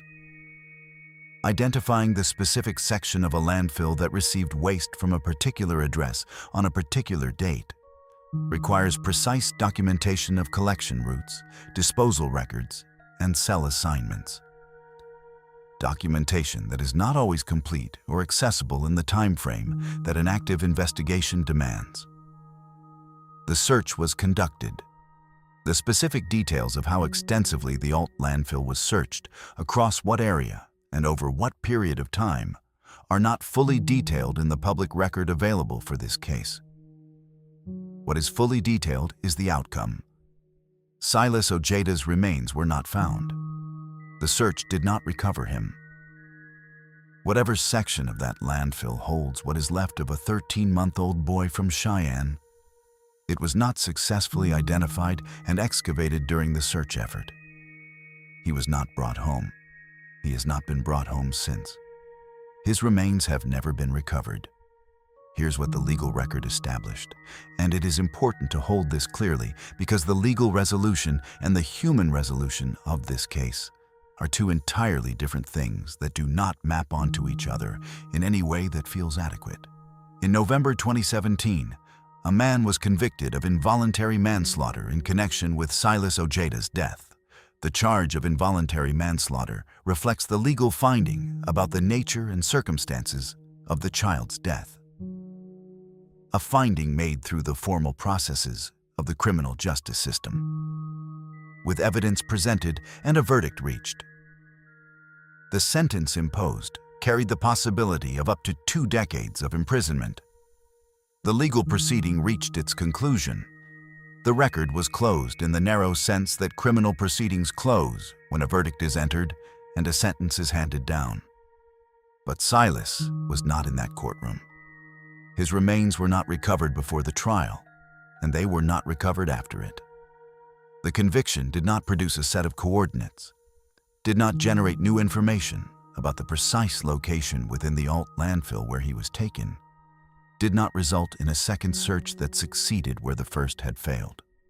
The legal system processed the case according to its own logic and timeline, and reached a conclusion that the law recognizes as a resolution.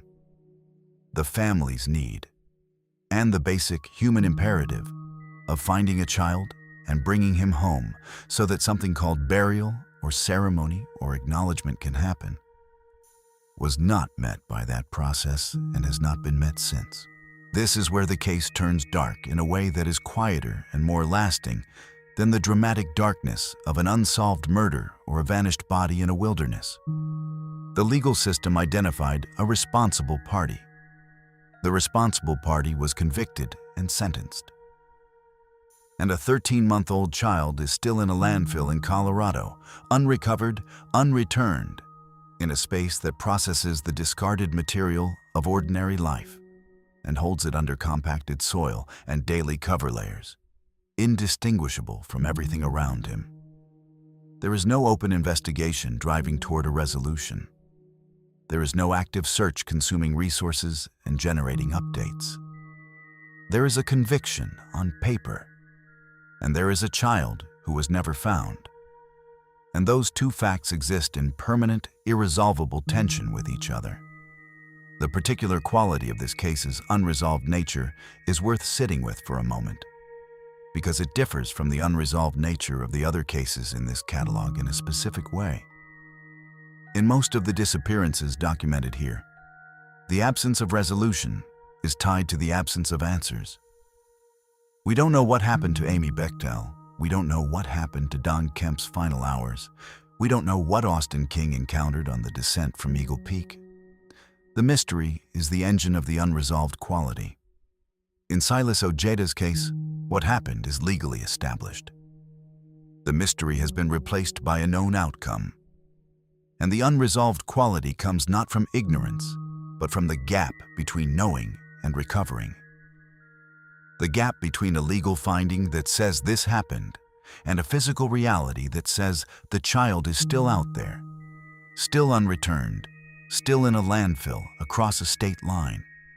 That gap does not close.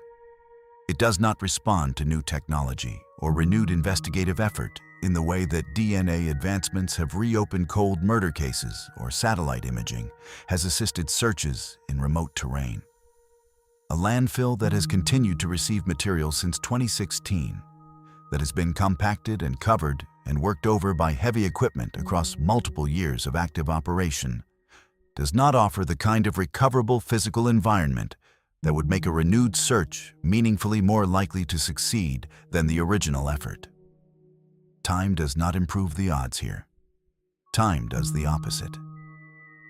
Cheyenne continues without him.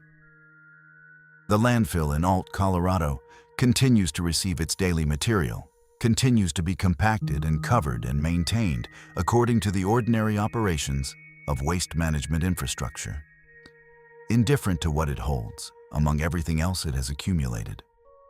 The legal system moved on to other cases. The sentence was handed down. The paperwork was filed. And somewhere in the compacted layers of a Colorado landfill, a 13-month-old boy from Wyoming's capital city has been waiting, unrecovered, for years. A conviction on paper. A search that never found him. The last case is the oldest one in this catalog. A man who walked into Yellowstone for antlers and simply dissolved into the wild. Yellowstone National Park, April 1991. Dan Campbell was 42 years old on April 8, 1991, when he walked into Yellowstone National Park to hunt for shed antlers. Shed antler hunting is a specific and entirely legal activity in certain designated areas. The practice of collecting the antlers that elk, deer, and moose naturally drop each year as part of their antler cycle. A resource that has genuine value both as a natural artifact and in certain commercial markets. It draws people into early spring backcountry at a time when the landscape is transitioning out of winter, when snowmelt is actively underway, when rivers are running high and fast with the combined volume of winter precipitation releasing all at once, when the terrain carries the specific hazards of that seasonal transition. Soft ground over frozen substrate, unpredictable ice coverage on bodies of water that appear solid but are not. Creek crossings that were manageable in autumn rendered dangerous by spring volume. The early spring Yellowstone backcountry is a different environment than the summer Yellowstone that most visitors experience. Wilder in its specific hazards, quieter in terms of human presence, and less forgiving of the misjudgments that warmer, more stable conditions might allow a person to recover from. Dan Campbell walked in on April 8th. He did not come back. The search that followed his failure to return covered terrain that Yellowstone is capable of making deeply resistant to systematic human effort. Early spring backcountry with all the complications that seasonal transition introduces, across a park that covers 2.2 million acres of some of the most geologically and ecologically complex wilderness in North America. No trace of Dan Campbell was found. Not that spring, not in subsequent searches, not across the decades that followed. He remained missing. What gives Dan Campbell's case a particular resonance within the broader catalog of Yellowstone disappearances is a detail that the National Park Service Cold Case database makes visible. Across all 20-plus missing persons cases maintained in the NPS Cold Case system spanning national parks throughout the United States, Campbell was, at the time of that database's compilation, the only person listed as having gone missing in Yellowstone. That distinction, a single name, representing an entire park's cold case record, sitting alone in the database, speaks to both the rarity of true unresolved disappearances in one of the country's most visited parks, and to the absolute thoroughness with which Yellowstone managed to hold on to whatever it took from Dan Campbell on that April morning in 1991. He was not, however, the only person the park has swallowed without returning. The documented record of Yellowstone disappearances includes names that span decades. Luke Sandberg, Bruce Pike, Stuart Isaac, Kim Cumbo, and 8-year-old Dennis Johnson, who disappeared between 1966 and 2021. Some of these cases produced recoveries. Some did not. Some remain in the kind of official ambiguity that attaches to wilderness disappearances, where the park's thermal features, its river systems, its wildlife, and its sheer scale all represent potential explanations that cannot be confirmed without physical evidence that the landscape declined to preserve or surrender. Yellowstone is a park that processes everything that enters it according to its own geological and ecological logic, without reference to human record-keeping or human need for resolution. Dan Campbell entered that processing on April 8, 1991. A single name on a cold case list, alone in millions of acres. The cases accumulate differently once you've spent time with enough of them. In the early parts of this catalog, each disappearance arrives with its own distinct geography and its own distinct set of circumstances. A gravel mountain road outside Lander, a blizzard on Interstate 80, a campsite in the Bridger Teton, a summit voicemail that arrived a week too late. The variety creates a kind of false comfort. Each case feels like its own isolated event, contained by its specific terrain and its specific timeline, separable from the others by the distances between them and the differences in their details. You can hold them apart from each other. You can file them in different mental folders, backcountry, highway, park, town, and maintain the sense that each one is an anomaly, a statistical outlier, a singular occurrence rather than part of a larger pattern. That comfort begins to erode somewhere around the middle of the catalog, and by the time you reach the cases that remain, it is gone entirely. What replaces it is something quieter and more durable. A recognition that the state of Wyoming, across its specific combination of geography and infrastructure and population density and seasonal conditions, produces a particular kind of disappearance that is not fully explained by any single category of cause, not just backcountry accidents, not just highway predation, not just the failure of institutional systems to match the urgency of the cases they're meant to serve. All of those things, operating across a landscape where the distances are enormous and the human presence is genuinely thin, and the terrain does not owe anyone an answer. This is the part of the catalog where we step back from the individual reconstructions and let the pattern breathe. But first, there are cross-case details that deserve to be held together, because the connections between these 10 cases are not merely thematic. They are structural. They repeat across time and geography in ways that suggest not coincidence, but the consistent operation of specific conditions that Wyoming has never fully resolved. Consider the institutional failures first, because they run through this catalog with a consistency that is harder to dismiss once you've lined them up. In Naomi Kidder's case, the biological evidence collected from a murder scene, evidence that represented the best available path toward both identifying the victim and eventually identifying her killer, was destroyed by the failure of a refrigerator in a county evidence room.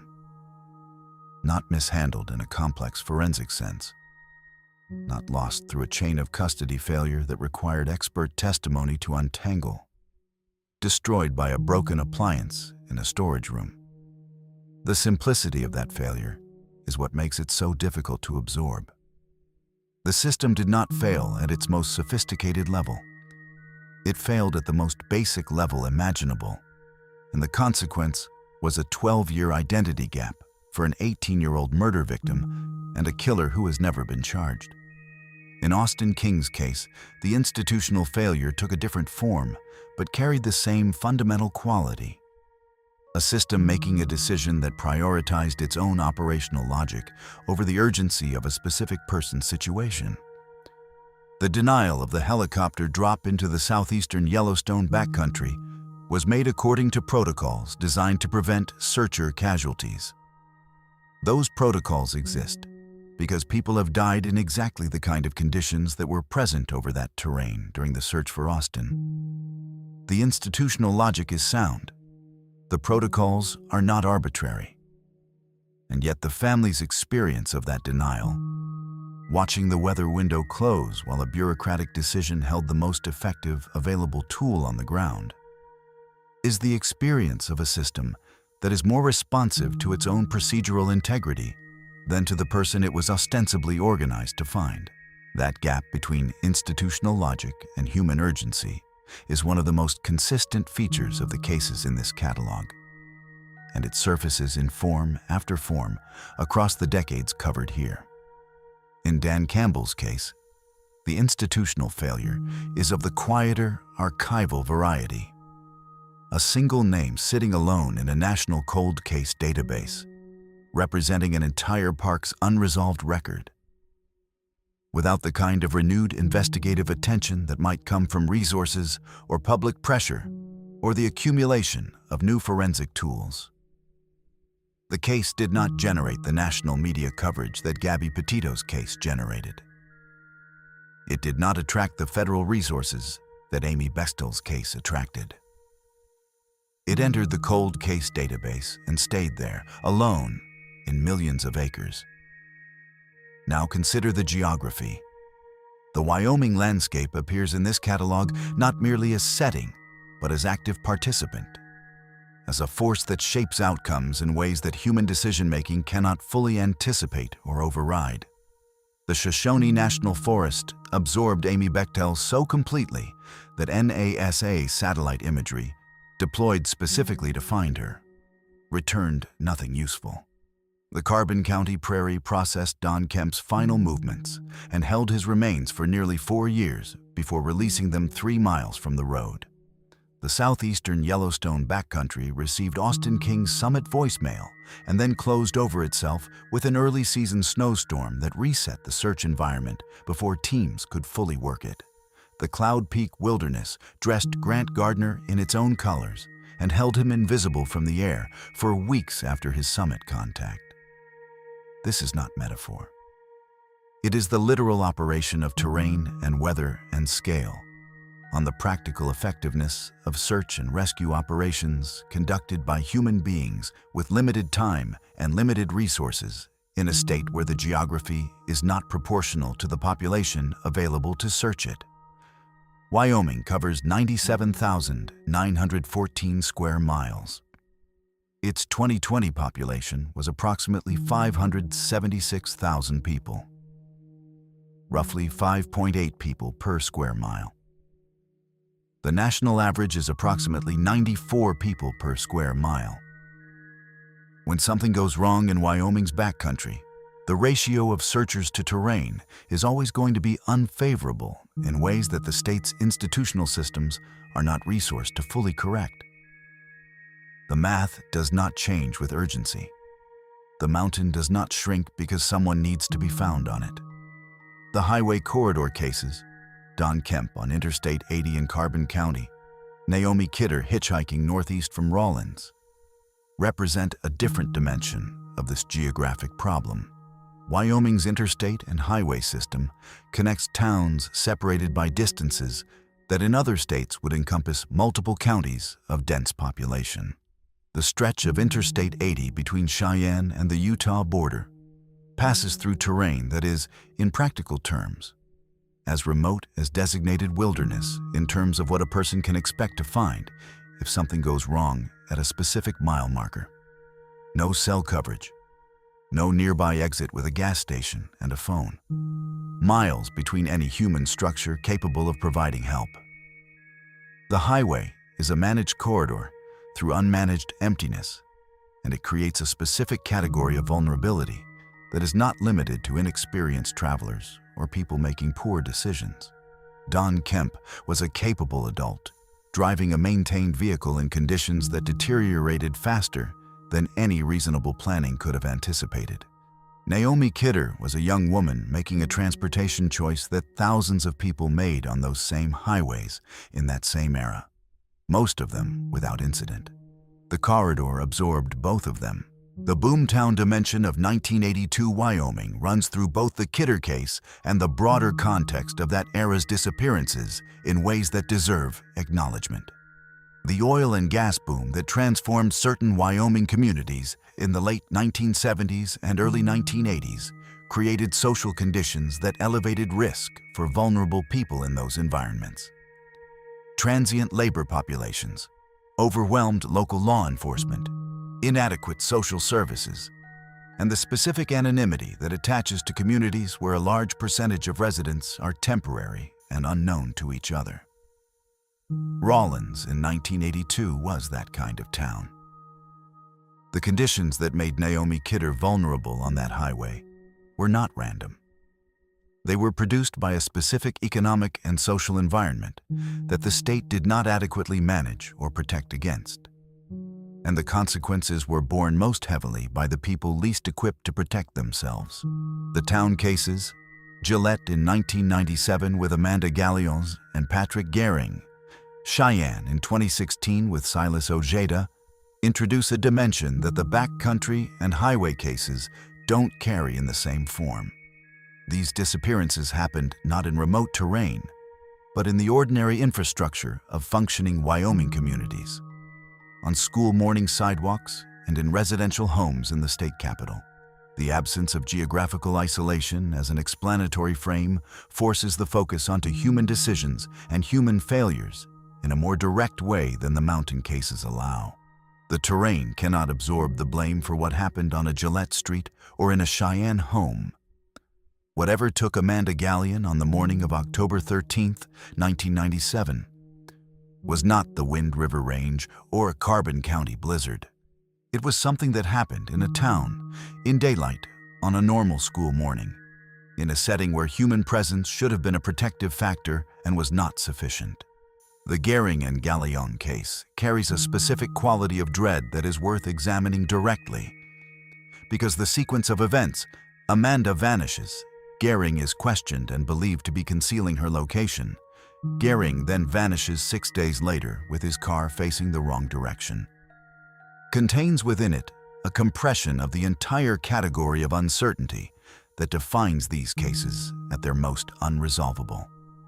Either the sequence represents two connected events, in which the answer to what happened to Amanda is contained within the answer to what happened to Patrick, or it represents something stranger and more difficult to map. Two separate events, in the same town, in the same week, involving people connected to each other, that somehow produced two simultaneous disappearances without a shared explanation. Neither reading is comfortable. Neither has been confirmed or eliminated by anything in the public record.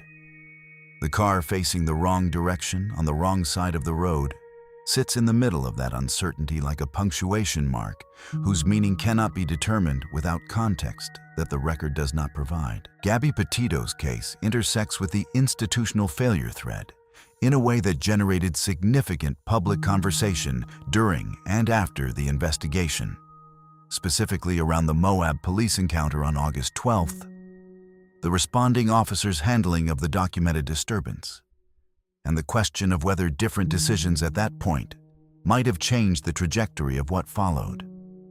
That conversation involves genuine complexity around the training and protocols available to responding officers, the specific challenges of identifying and intervening in domestic violence situations, and the broader systemic questions about how law enforcement is equipped to handle those encounters. It also involves the straightforward human recognition that something was wrong and visible on August 12th, that official records documented it, and that Gabby Petito was dead less than 3 weeks later. Those two facts do not reduce to a simple causal chain. They also do not permit comfortable dismissal of the question of whether the institutional response to that August encounter was adequate. The pattern that holds all 10 of these cases together is not the pattern of a single cause or a single failure. It is the pattern of a state, vast, beautiful, sparsely populated, institutionally stretched, doing its best with its specific combination of resources and geography, and encountering, consistently, the limits of that best. Searches that are too small for the terrain, evidence that is too fragile for the storage it receives, voicemails that arrive too late, helicopters that are held on the ground at the wrong moment, highways that are too empty and too long, evidence rooms with refrigerators that fail, a boom economy that concentrates vulnerable people in places without adequate protection. And in all of it, 10 people who walked into Wyoming and did not walk back out. Each one of them a specific human being with a life and a plan, and people waiting for them, reduced by the circumstances of their disappearance to a case number and a name on a list. The list does not close here. It has never closed. It keeps accepting new entries. The cases don't stop generating questions just because the reconstructions are complete. That is the thing about spending serious time with disappearances like these. The facts settle into place, the timelines get established, the known details get arranged in their correct sequence, and at the end of all that arrangement, you are left not with resolution, but with the specific shape of each unresolved question. The shape is different for every case. In some of them, the question is about identity. Who did this? Whose hands are attached to the outcome? In some of them, the question is about location. Where is this person? What does the terrain hold that the searches couldn't reach? In some of them, the question is about time. What happened in the gap between the last confirmed sighting and the first sign that something had gone wrong? In the hours or days when the outcome was being determined, and no one who could have intervened yet knew that intervention was needed. Each of those shapes is its own category of unfinished, and Wyoming carries all of them simultaneously across terrain that is large enough to absorb the weight of all of it without visible strain. What we're doing in these final parts is not solving anything. The cases that are solved are solved. Gabby Petito's case produced a legal resolution, however inadequate that resolution feels against the scale of what was lost. The cases that are not solved are genuinely not solved, and nothing assembled in a documentary format changes that. What this space can do is hold the cases together in a way that lets their collective weight be felt. The way that 10 separate disappearances, spread across decades and counties and terrain types and demographic categories, accumulate into something that is larger than any individual case. And that asks something of the viewer beyond the response that any single story generates. Let's return to the cases that have never produced a body, because those are the ones that carry the most unresolved weight in the long run. The ones where the absence is not just emotional and familial, but physical and permanent. Where there is no grave, no marker, no physical place in the world where the fact of someone's death is acknowledged by the landscape itself. Amy Bechtel has never been found. It has been nearly 3 decades since her car was left at Burnt Gulch with her keys and her sunglasses and her to-do list on the seat. And in those 3 decades, the Shoshone National Forest has processed every season and every weather event and every increment of ecological change without producing any trace of her. The families of missing persons who are never recovered describe a particular quality of grief that differs from the grief of loss, where a body has been found and returned. A grief that can't complete its own cycle because the physical fact of death has never been confirmed in the way that human mourning requires. There is no moment of certain knowledge. There is no point at which the question of what happened stops being theoretically open. There is always, in some technical sense, the possibility that the next search will find something, that the next development in the investigation will provide an answer, that the mountains will give back what they took, that theoretical openness is not comfort. It is its own form of sustained injury, renewable in every season, present in every anniversary. The same quality attaches to the Gehring and Gallion case from Gillette. 2 people missing from the same small town within 6 days of each other, with no confirmed answer to what happened to either of them, and no physical recovery of either body. Amanda Gallion would be in her early 40s now. Patrick Gehring would be older. Whatever happened on that school morning route in October 1997, and whatever happened to that reversed car in the 6 days that followed, is held inside a Campbell County case file that has not produced an arrest or a confirmed explanation in more than 25 years. The case is technically open. It has generated no recent public developments that have been widely reported. It sits in the category of cases that the institutional record acknowledges as unresolved without having the active investigative momentum that might eventually close them. Dan Campbell in Yellowstone is the oldest unresolved case in this catalog. April 1991, 34 years ago now, a man who walked into early spring Yellowstone backcountry and was never found. The geological and ecological systems of Yellowstone are not passive. The park contains hydrothermal features, hot springs, fumaroles, acidic pools that are capable of decomposing organic material with a thoroughness and speed that has no parallel in most wilderness environments. The park's river systems, running high and fast with snowmelt in early April, are capable of moving significant objects considerable distances before depositing them in locations that are not easily accessible or systematically searchable. The park's wildlife populations include species that are not inclined to leave evidence of their interactions with human remains in recoverable form. Any or none of these factors may be relevant to what happened to Dan Campbell on April 8, 1991. The record does not confirm which, if any, of these mechanisms absorbed him. It confirms only that the park received him and did not return him, and that 34 years of subsequent seasons have not altered that outcome. The cases that produced physical recovery, but not legal resolution, carry their own distinct weight. Naomi Kidder was found, her remains located in a shallow grave in Natrona County 2 months after she left Rawlins. But the person who put her there has never been identified in any formal proceeding.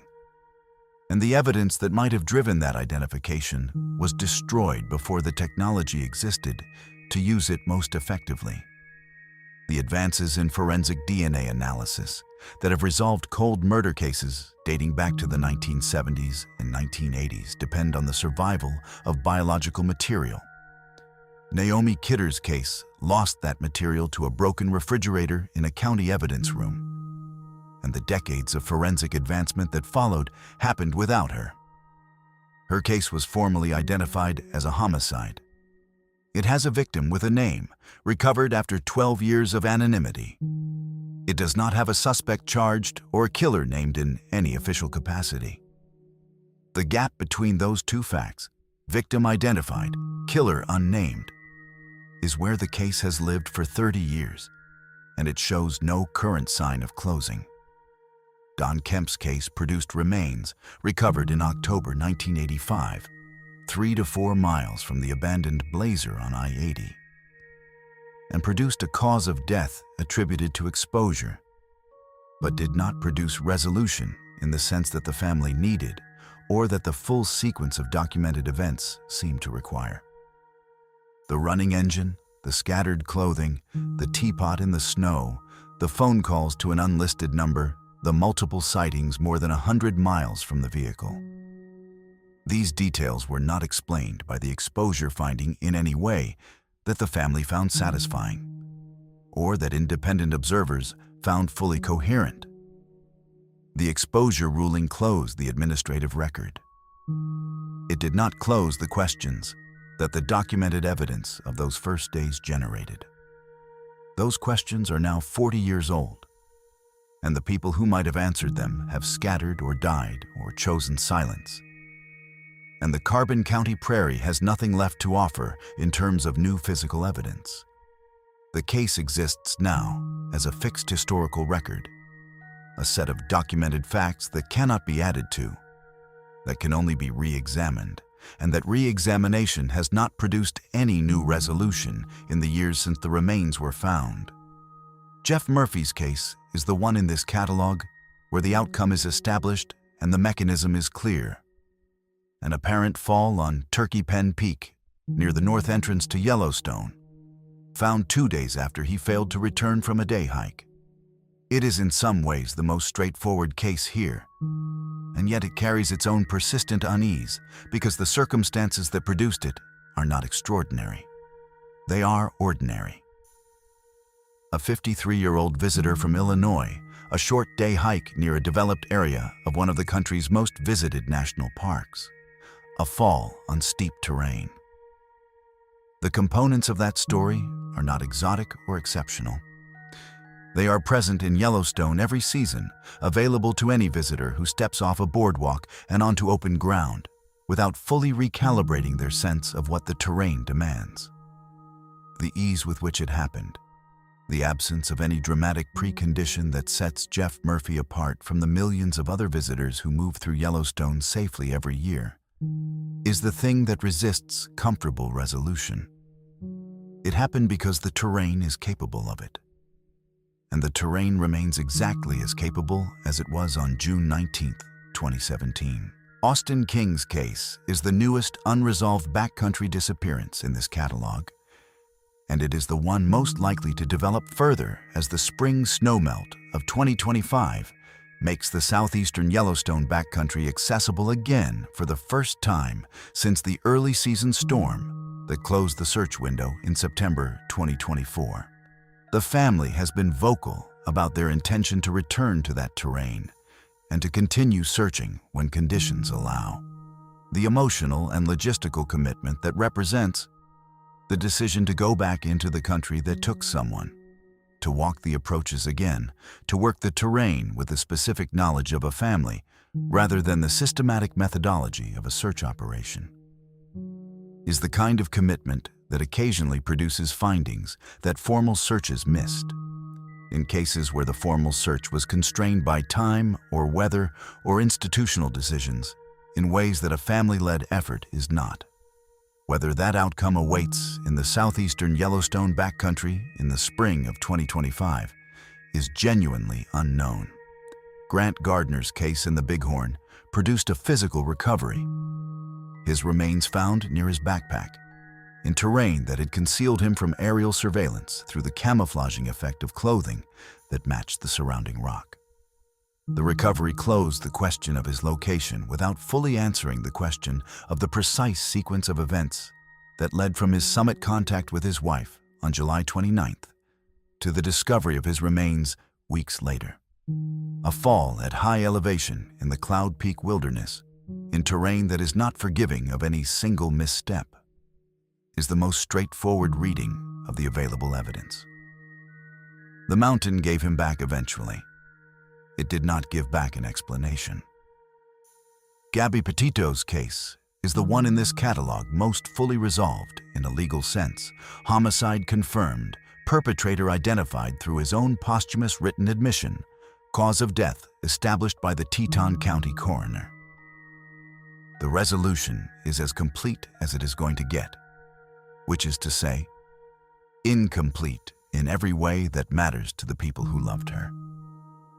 The perpetrator is dead. There will be no trial, no cross-examination, no public confrontation with accountability in a courtroom. There is a notebook, and there is a letter, and there is a campsite in the Bridger-Teton National Forest, where the forest has continued to grow and change and process its seasons without any permanent acknowledgement of what happened there in the last days of August 2021. Gabby Petito's parents have made it their work to ensure that her name means something beyond the circumstances of her death.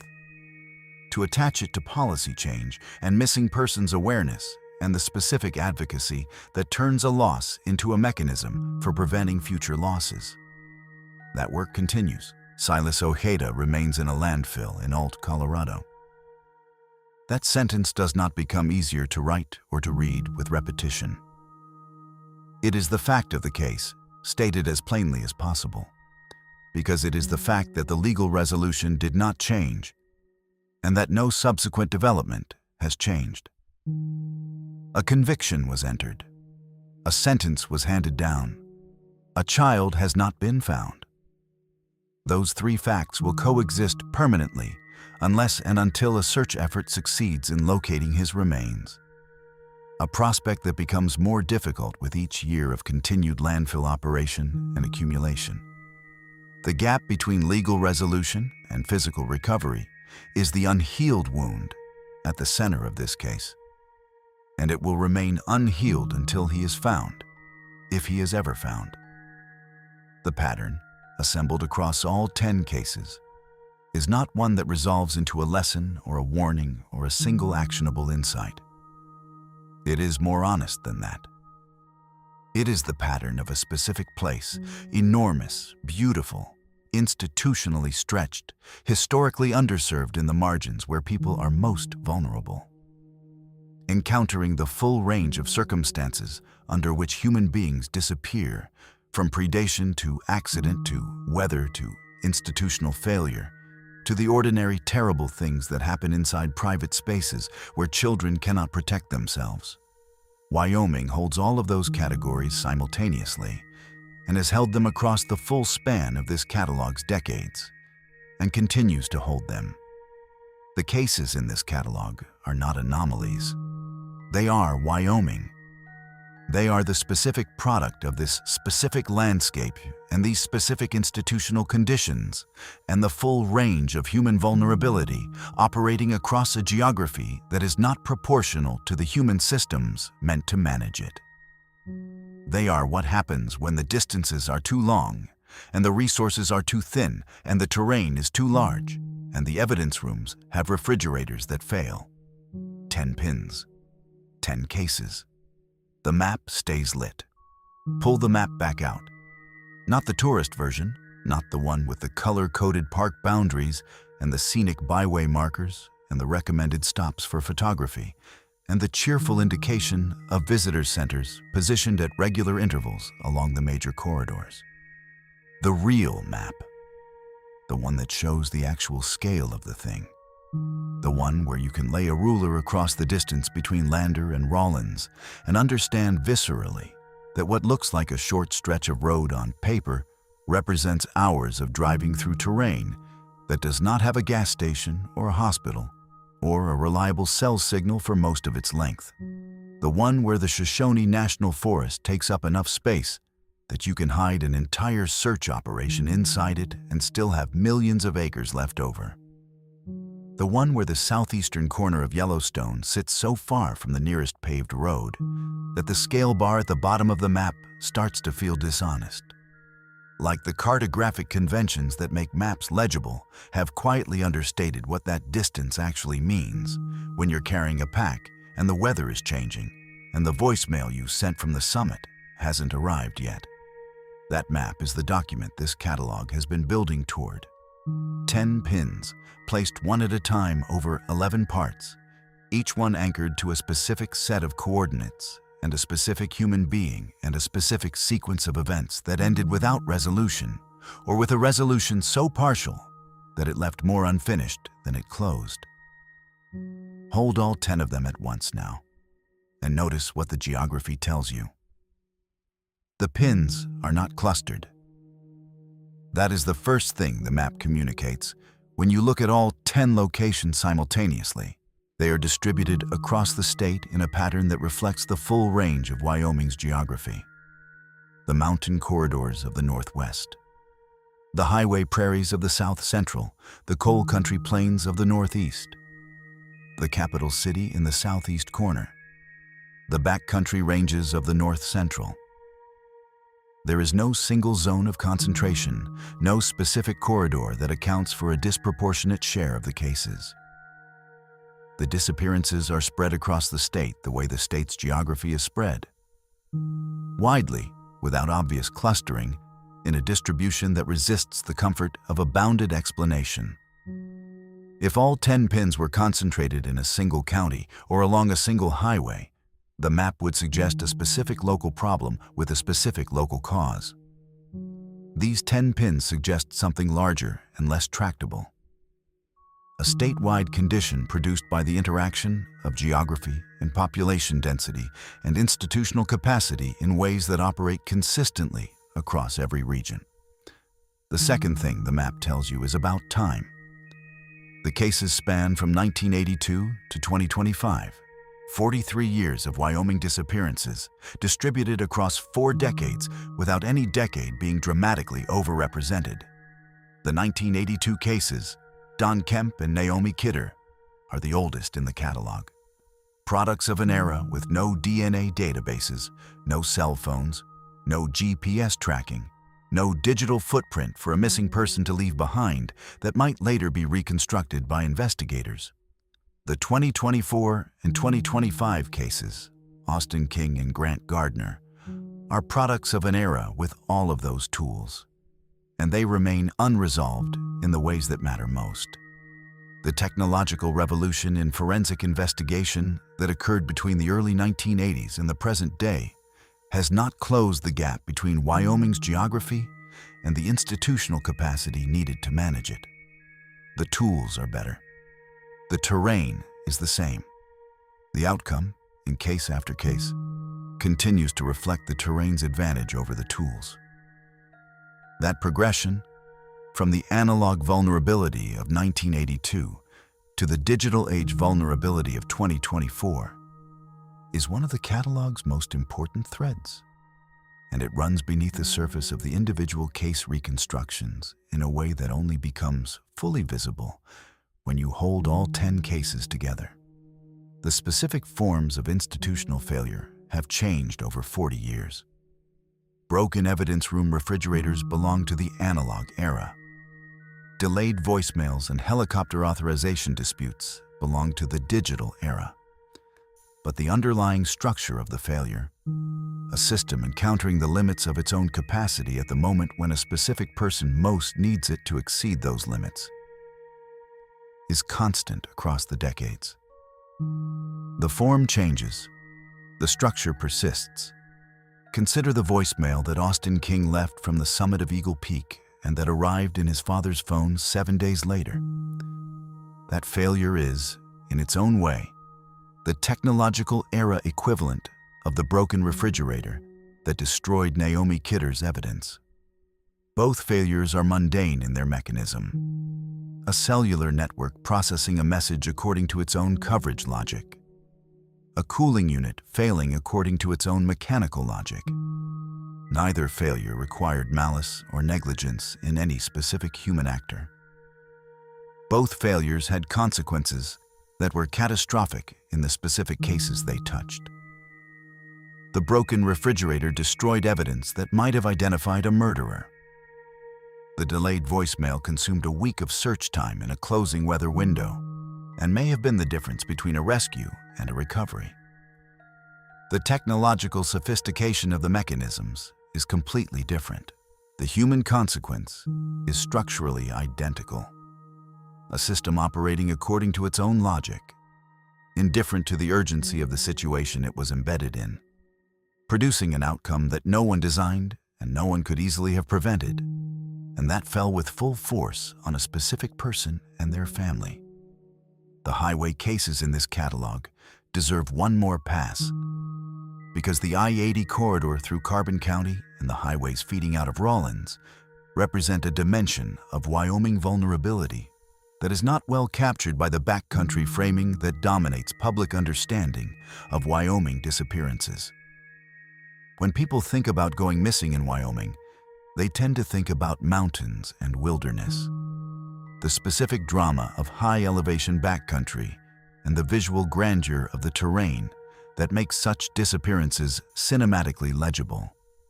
The highway cases work differently. There is no grandeur in the Carbon County prairie in a November blizzard.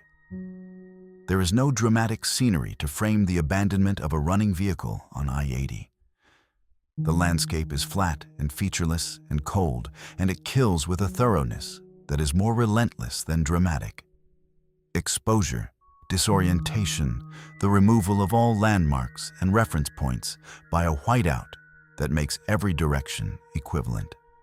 Don Kemp's death on that highway, whatever its precise mechanism, happened in a landscape that offered nothing in the way of help and everything in the way of hazard.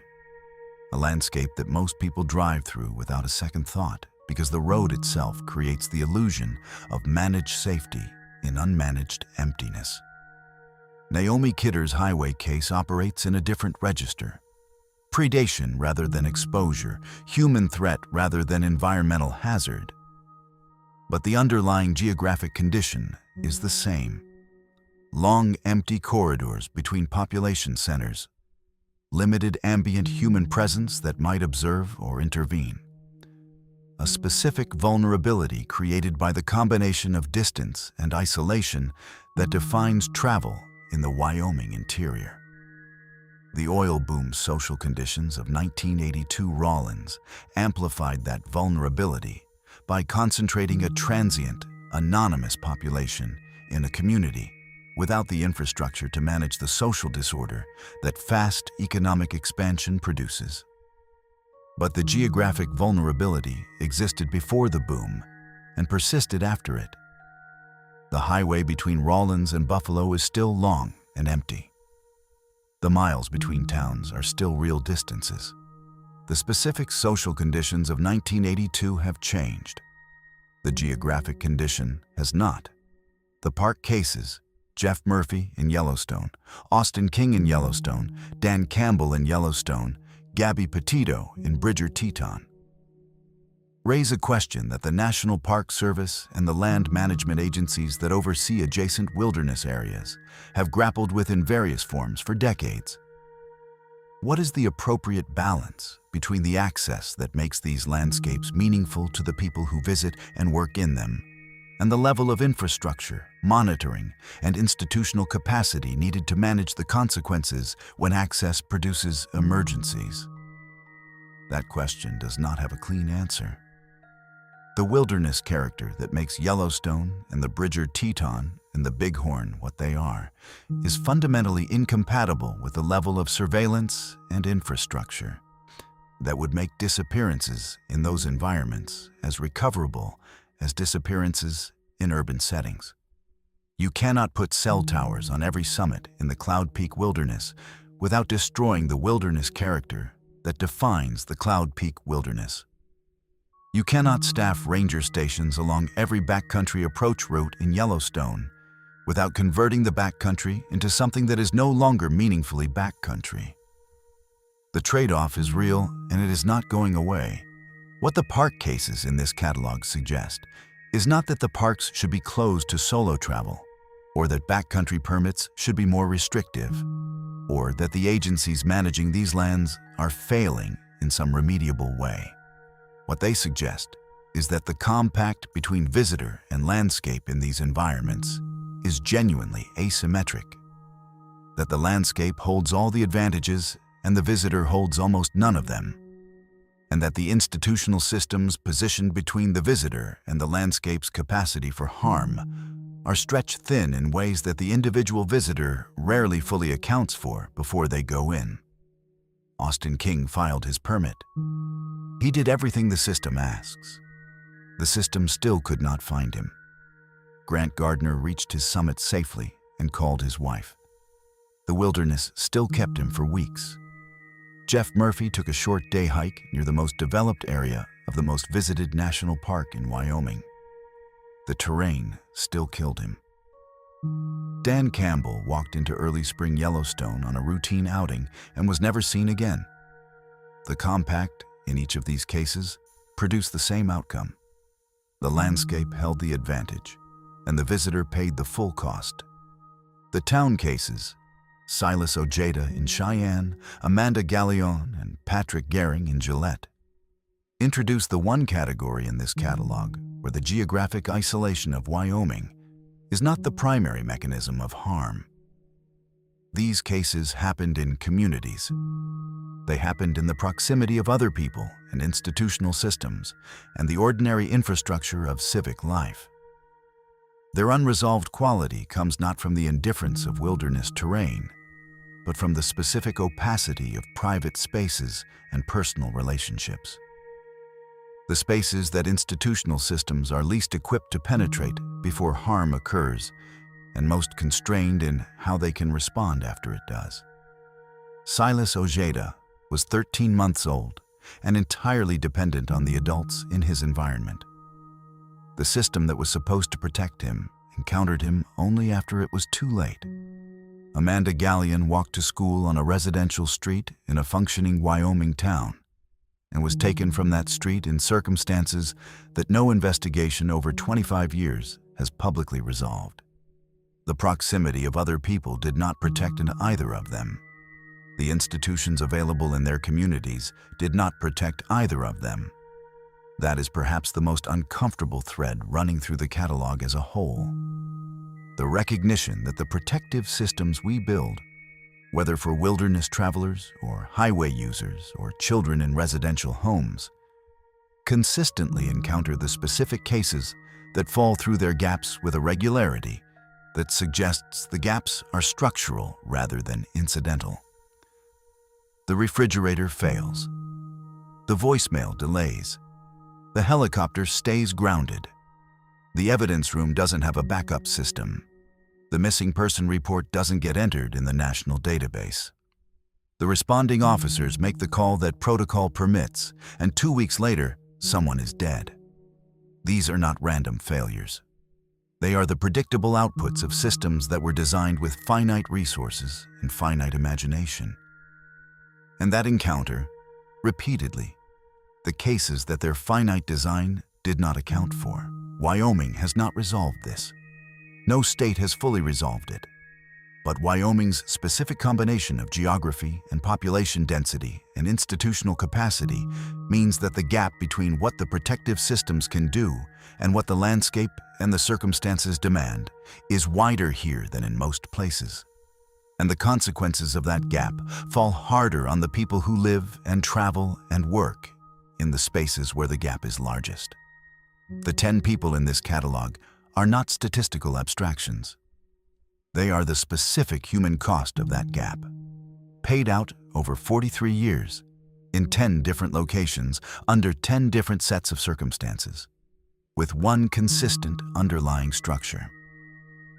The map stays lit. The pins stay where they are. The gap stays open. Go back to the cold, open. The empty 2-lane road at dusk. Sagebrush pressing in from both sides. A car door hanging open, engine still running, no one inside. That image was chosen to open this catalog because it captures something true about Wyoming disappearances that a more dramatic visual would have obscured.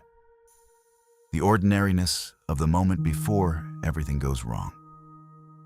The running engine is not a horror movie image. It is a mundane image made terrible by context. An engine runs because someone was driving it. A door hangs open because someone opened it and stepped out. The absence of the person who did those things is not announced by anything dramatic in the visual field. The road looks the same. The sagebrush looks the same. The light dropping behind the mountains looks the same. The wrongness is entirely a function of the absence, and the absence is invisible until someone comes along who expected the person to be there and finds that they are not. That structure, ordinariness interrupted by absence, runs through every case in this catalog. Amy Bechtel's car at Burnt Gulch looks, from a distance, like a car parked on a mountain road. Keys inside, sunglasses on the seat. To-do list with items still uncrossed. The wrongness is invisible until you understand that the person who parked it has not come back, and that nearly 3 decades of searching have not produced any explanation for where she went. Don Kemp's Blazer on I-80 looks from a distance like a vehicle that is pulled to the shoulder. Except the engine is running and the doors are open and the clothes are scattered inside, and there is a single set of footprints leading away into a whiteout that has already begun erasing them. Patrick Gehring's car in Gillette looks, from a distance, like a car parked on a residential street, except it is on the wrong side of the road, facing the wrong direction, and the man who was driving it has not been seen since. The visual field in each case is almost normal. The absence is the entire story.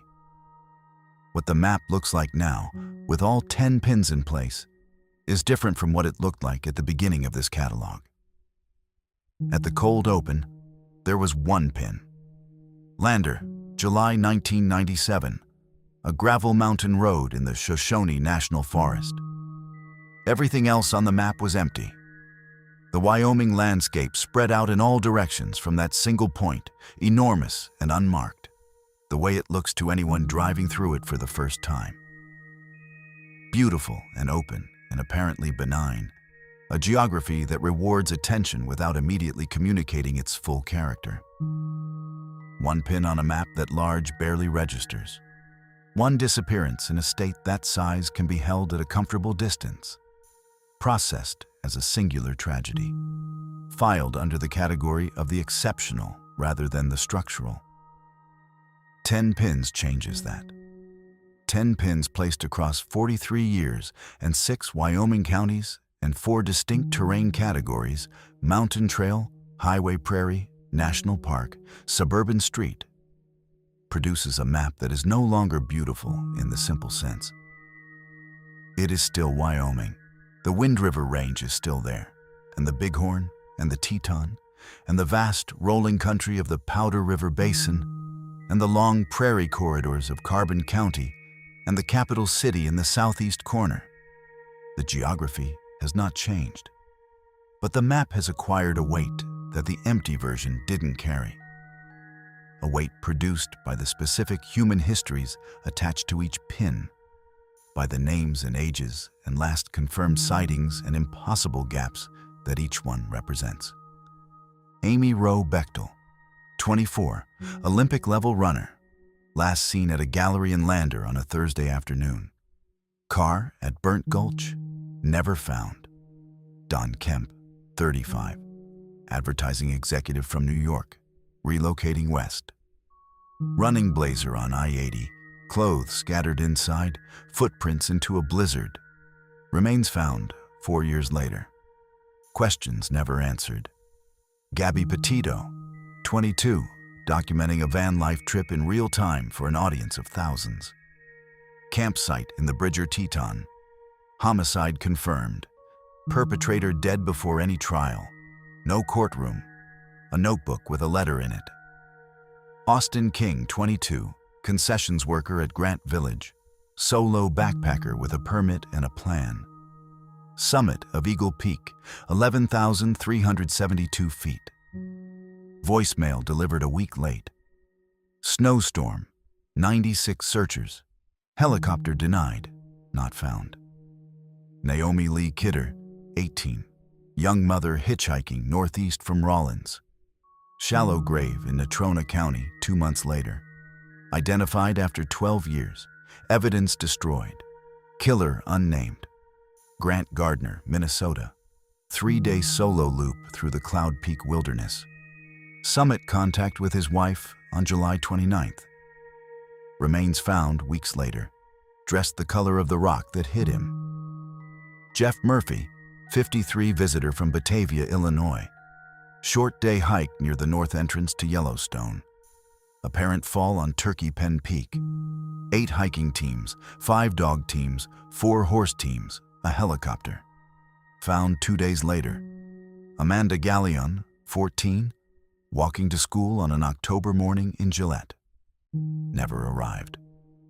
Patrick Gehring, questioned, believed to be concealing her location. 6 days later, Gehring's car on the wrong side of the road, facing the wrong direction. Both of them gone. Neither found. Silas Ojeda, 13 months old, Cheyenne. A landfill in Alt, Colorado. A conviction, an unrecovered child. Dan Campbell, 42, Shed antler hunter, Yellowstone backcountry. April 8, 1991.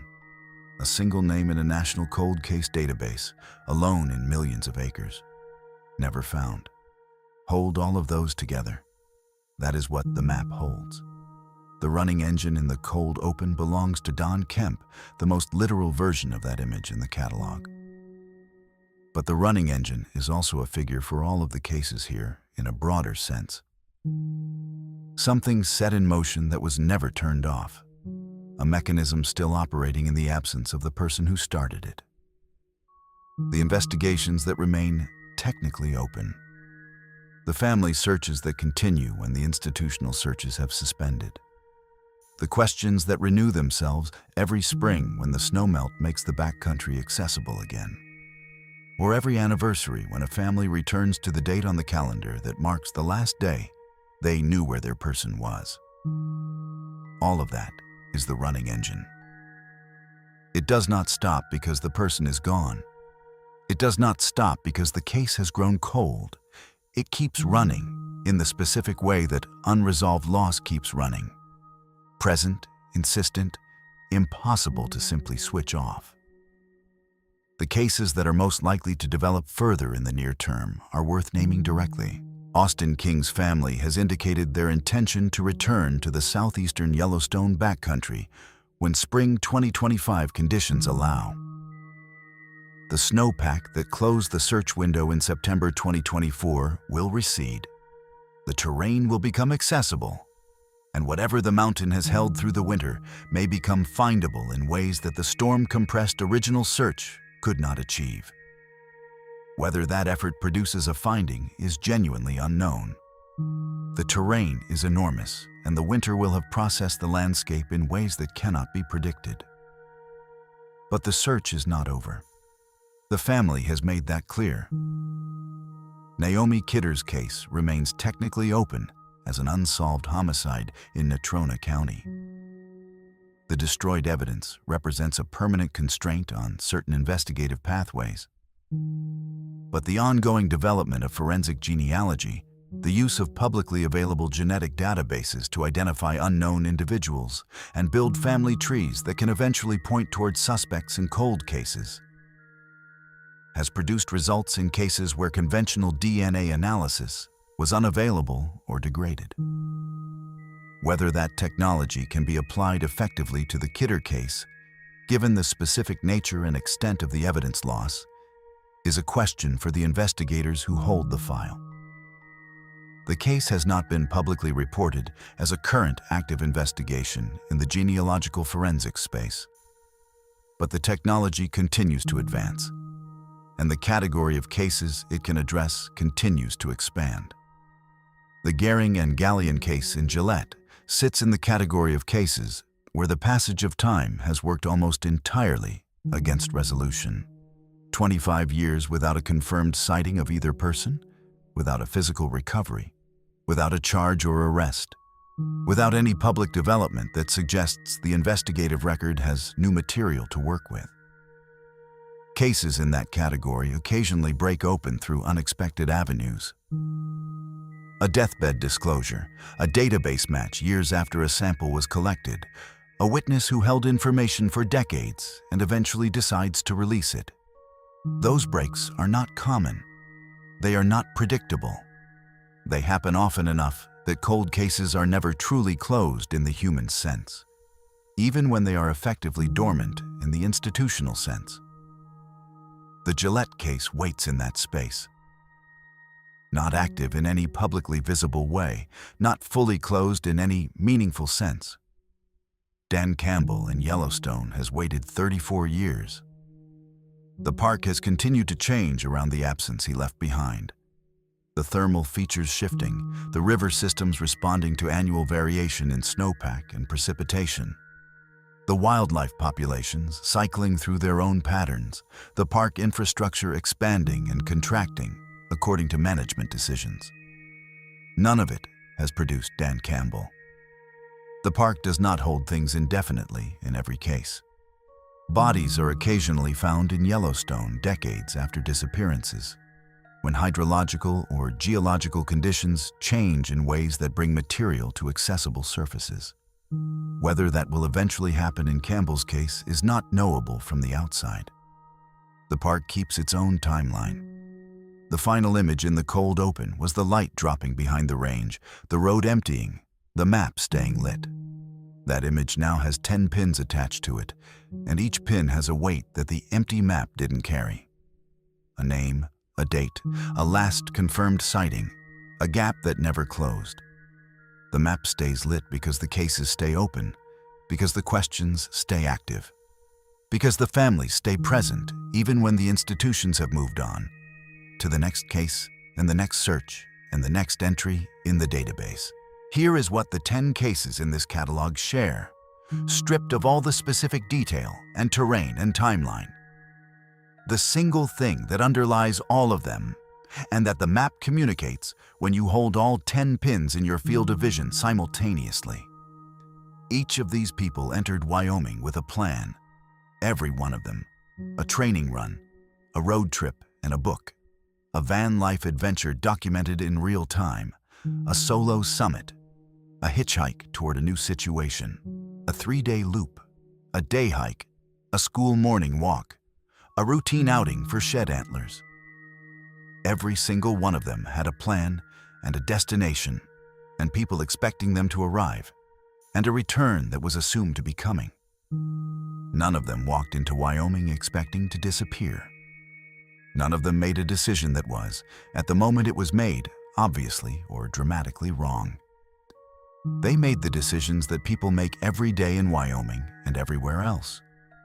Ordinary decisions in ordinary moments that turned, through some combination of terrain and weather and human action and institutional failure and plain bad fortune, into something that did not resolve the way the plan assumed it would.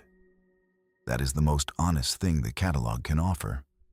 And it is less comforting than a lesson or a warning because it does not provide the specific, actionable insight that would let the next person avoid what these 10 people encountered. File your permit. Tell someone your route. Don't hitchhike on empty highways. Carry the right gear. Do all of those things. And understand that the people in this catalog did many of those things. And that Wyoming still has the capacity to produce outcomes that preparation and good decisions do not fully prevent. The map stays lit. How many pins aren't on it yet? If you made it this far, subscribe. There are more cases where these came from, and none of them are finished.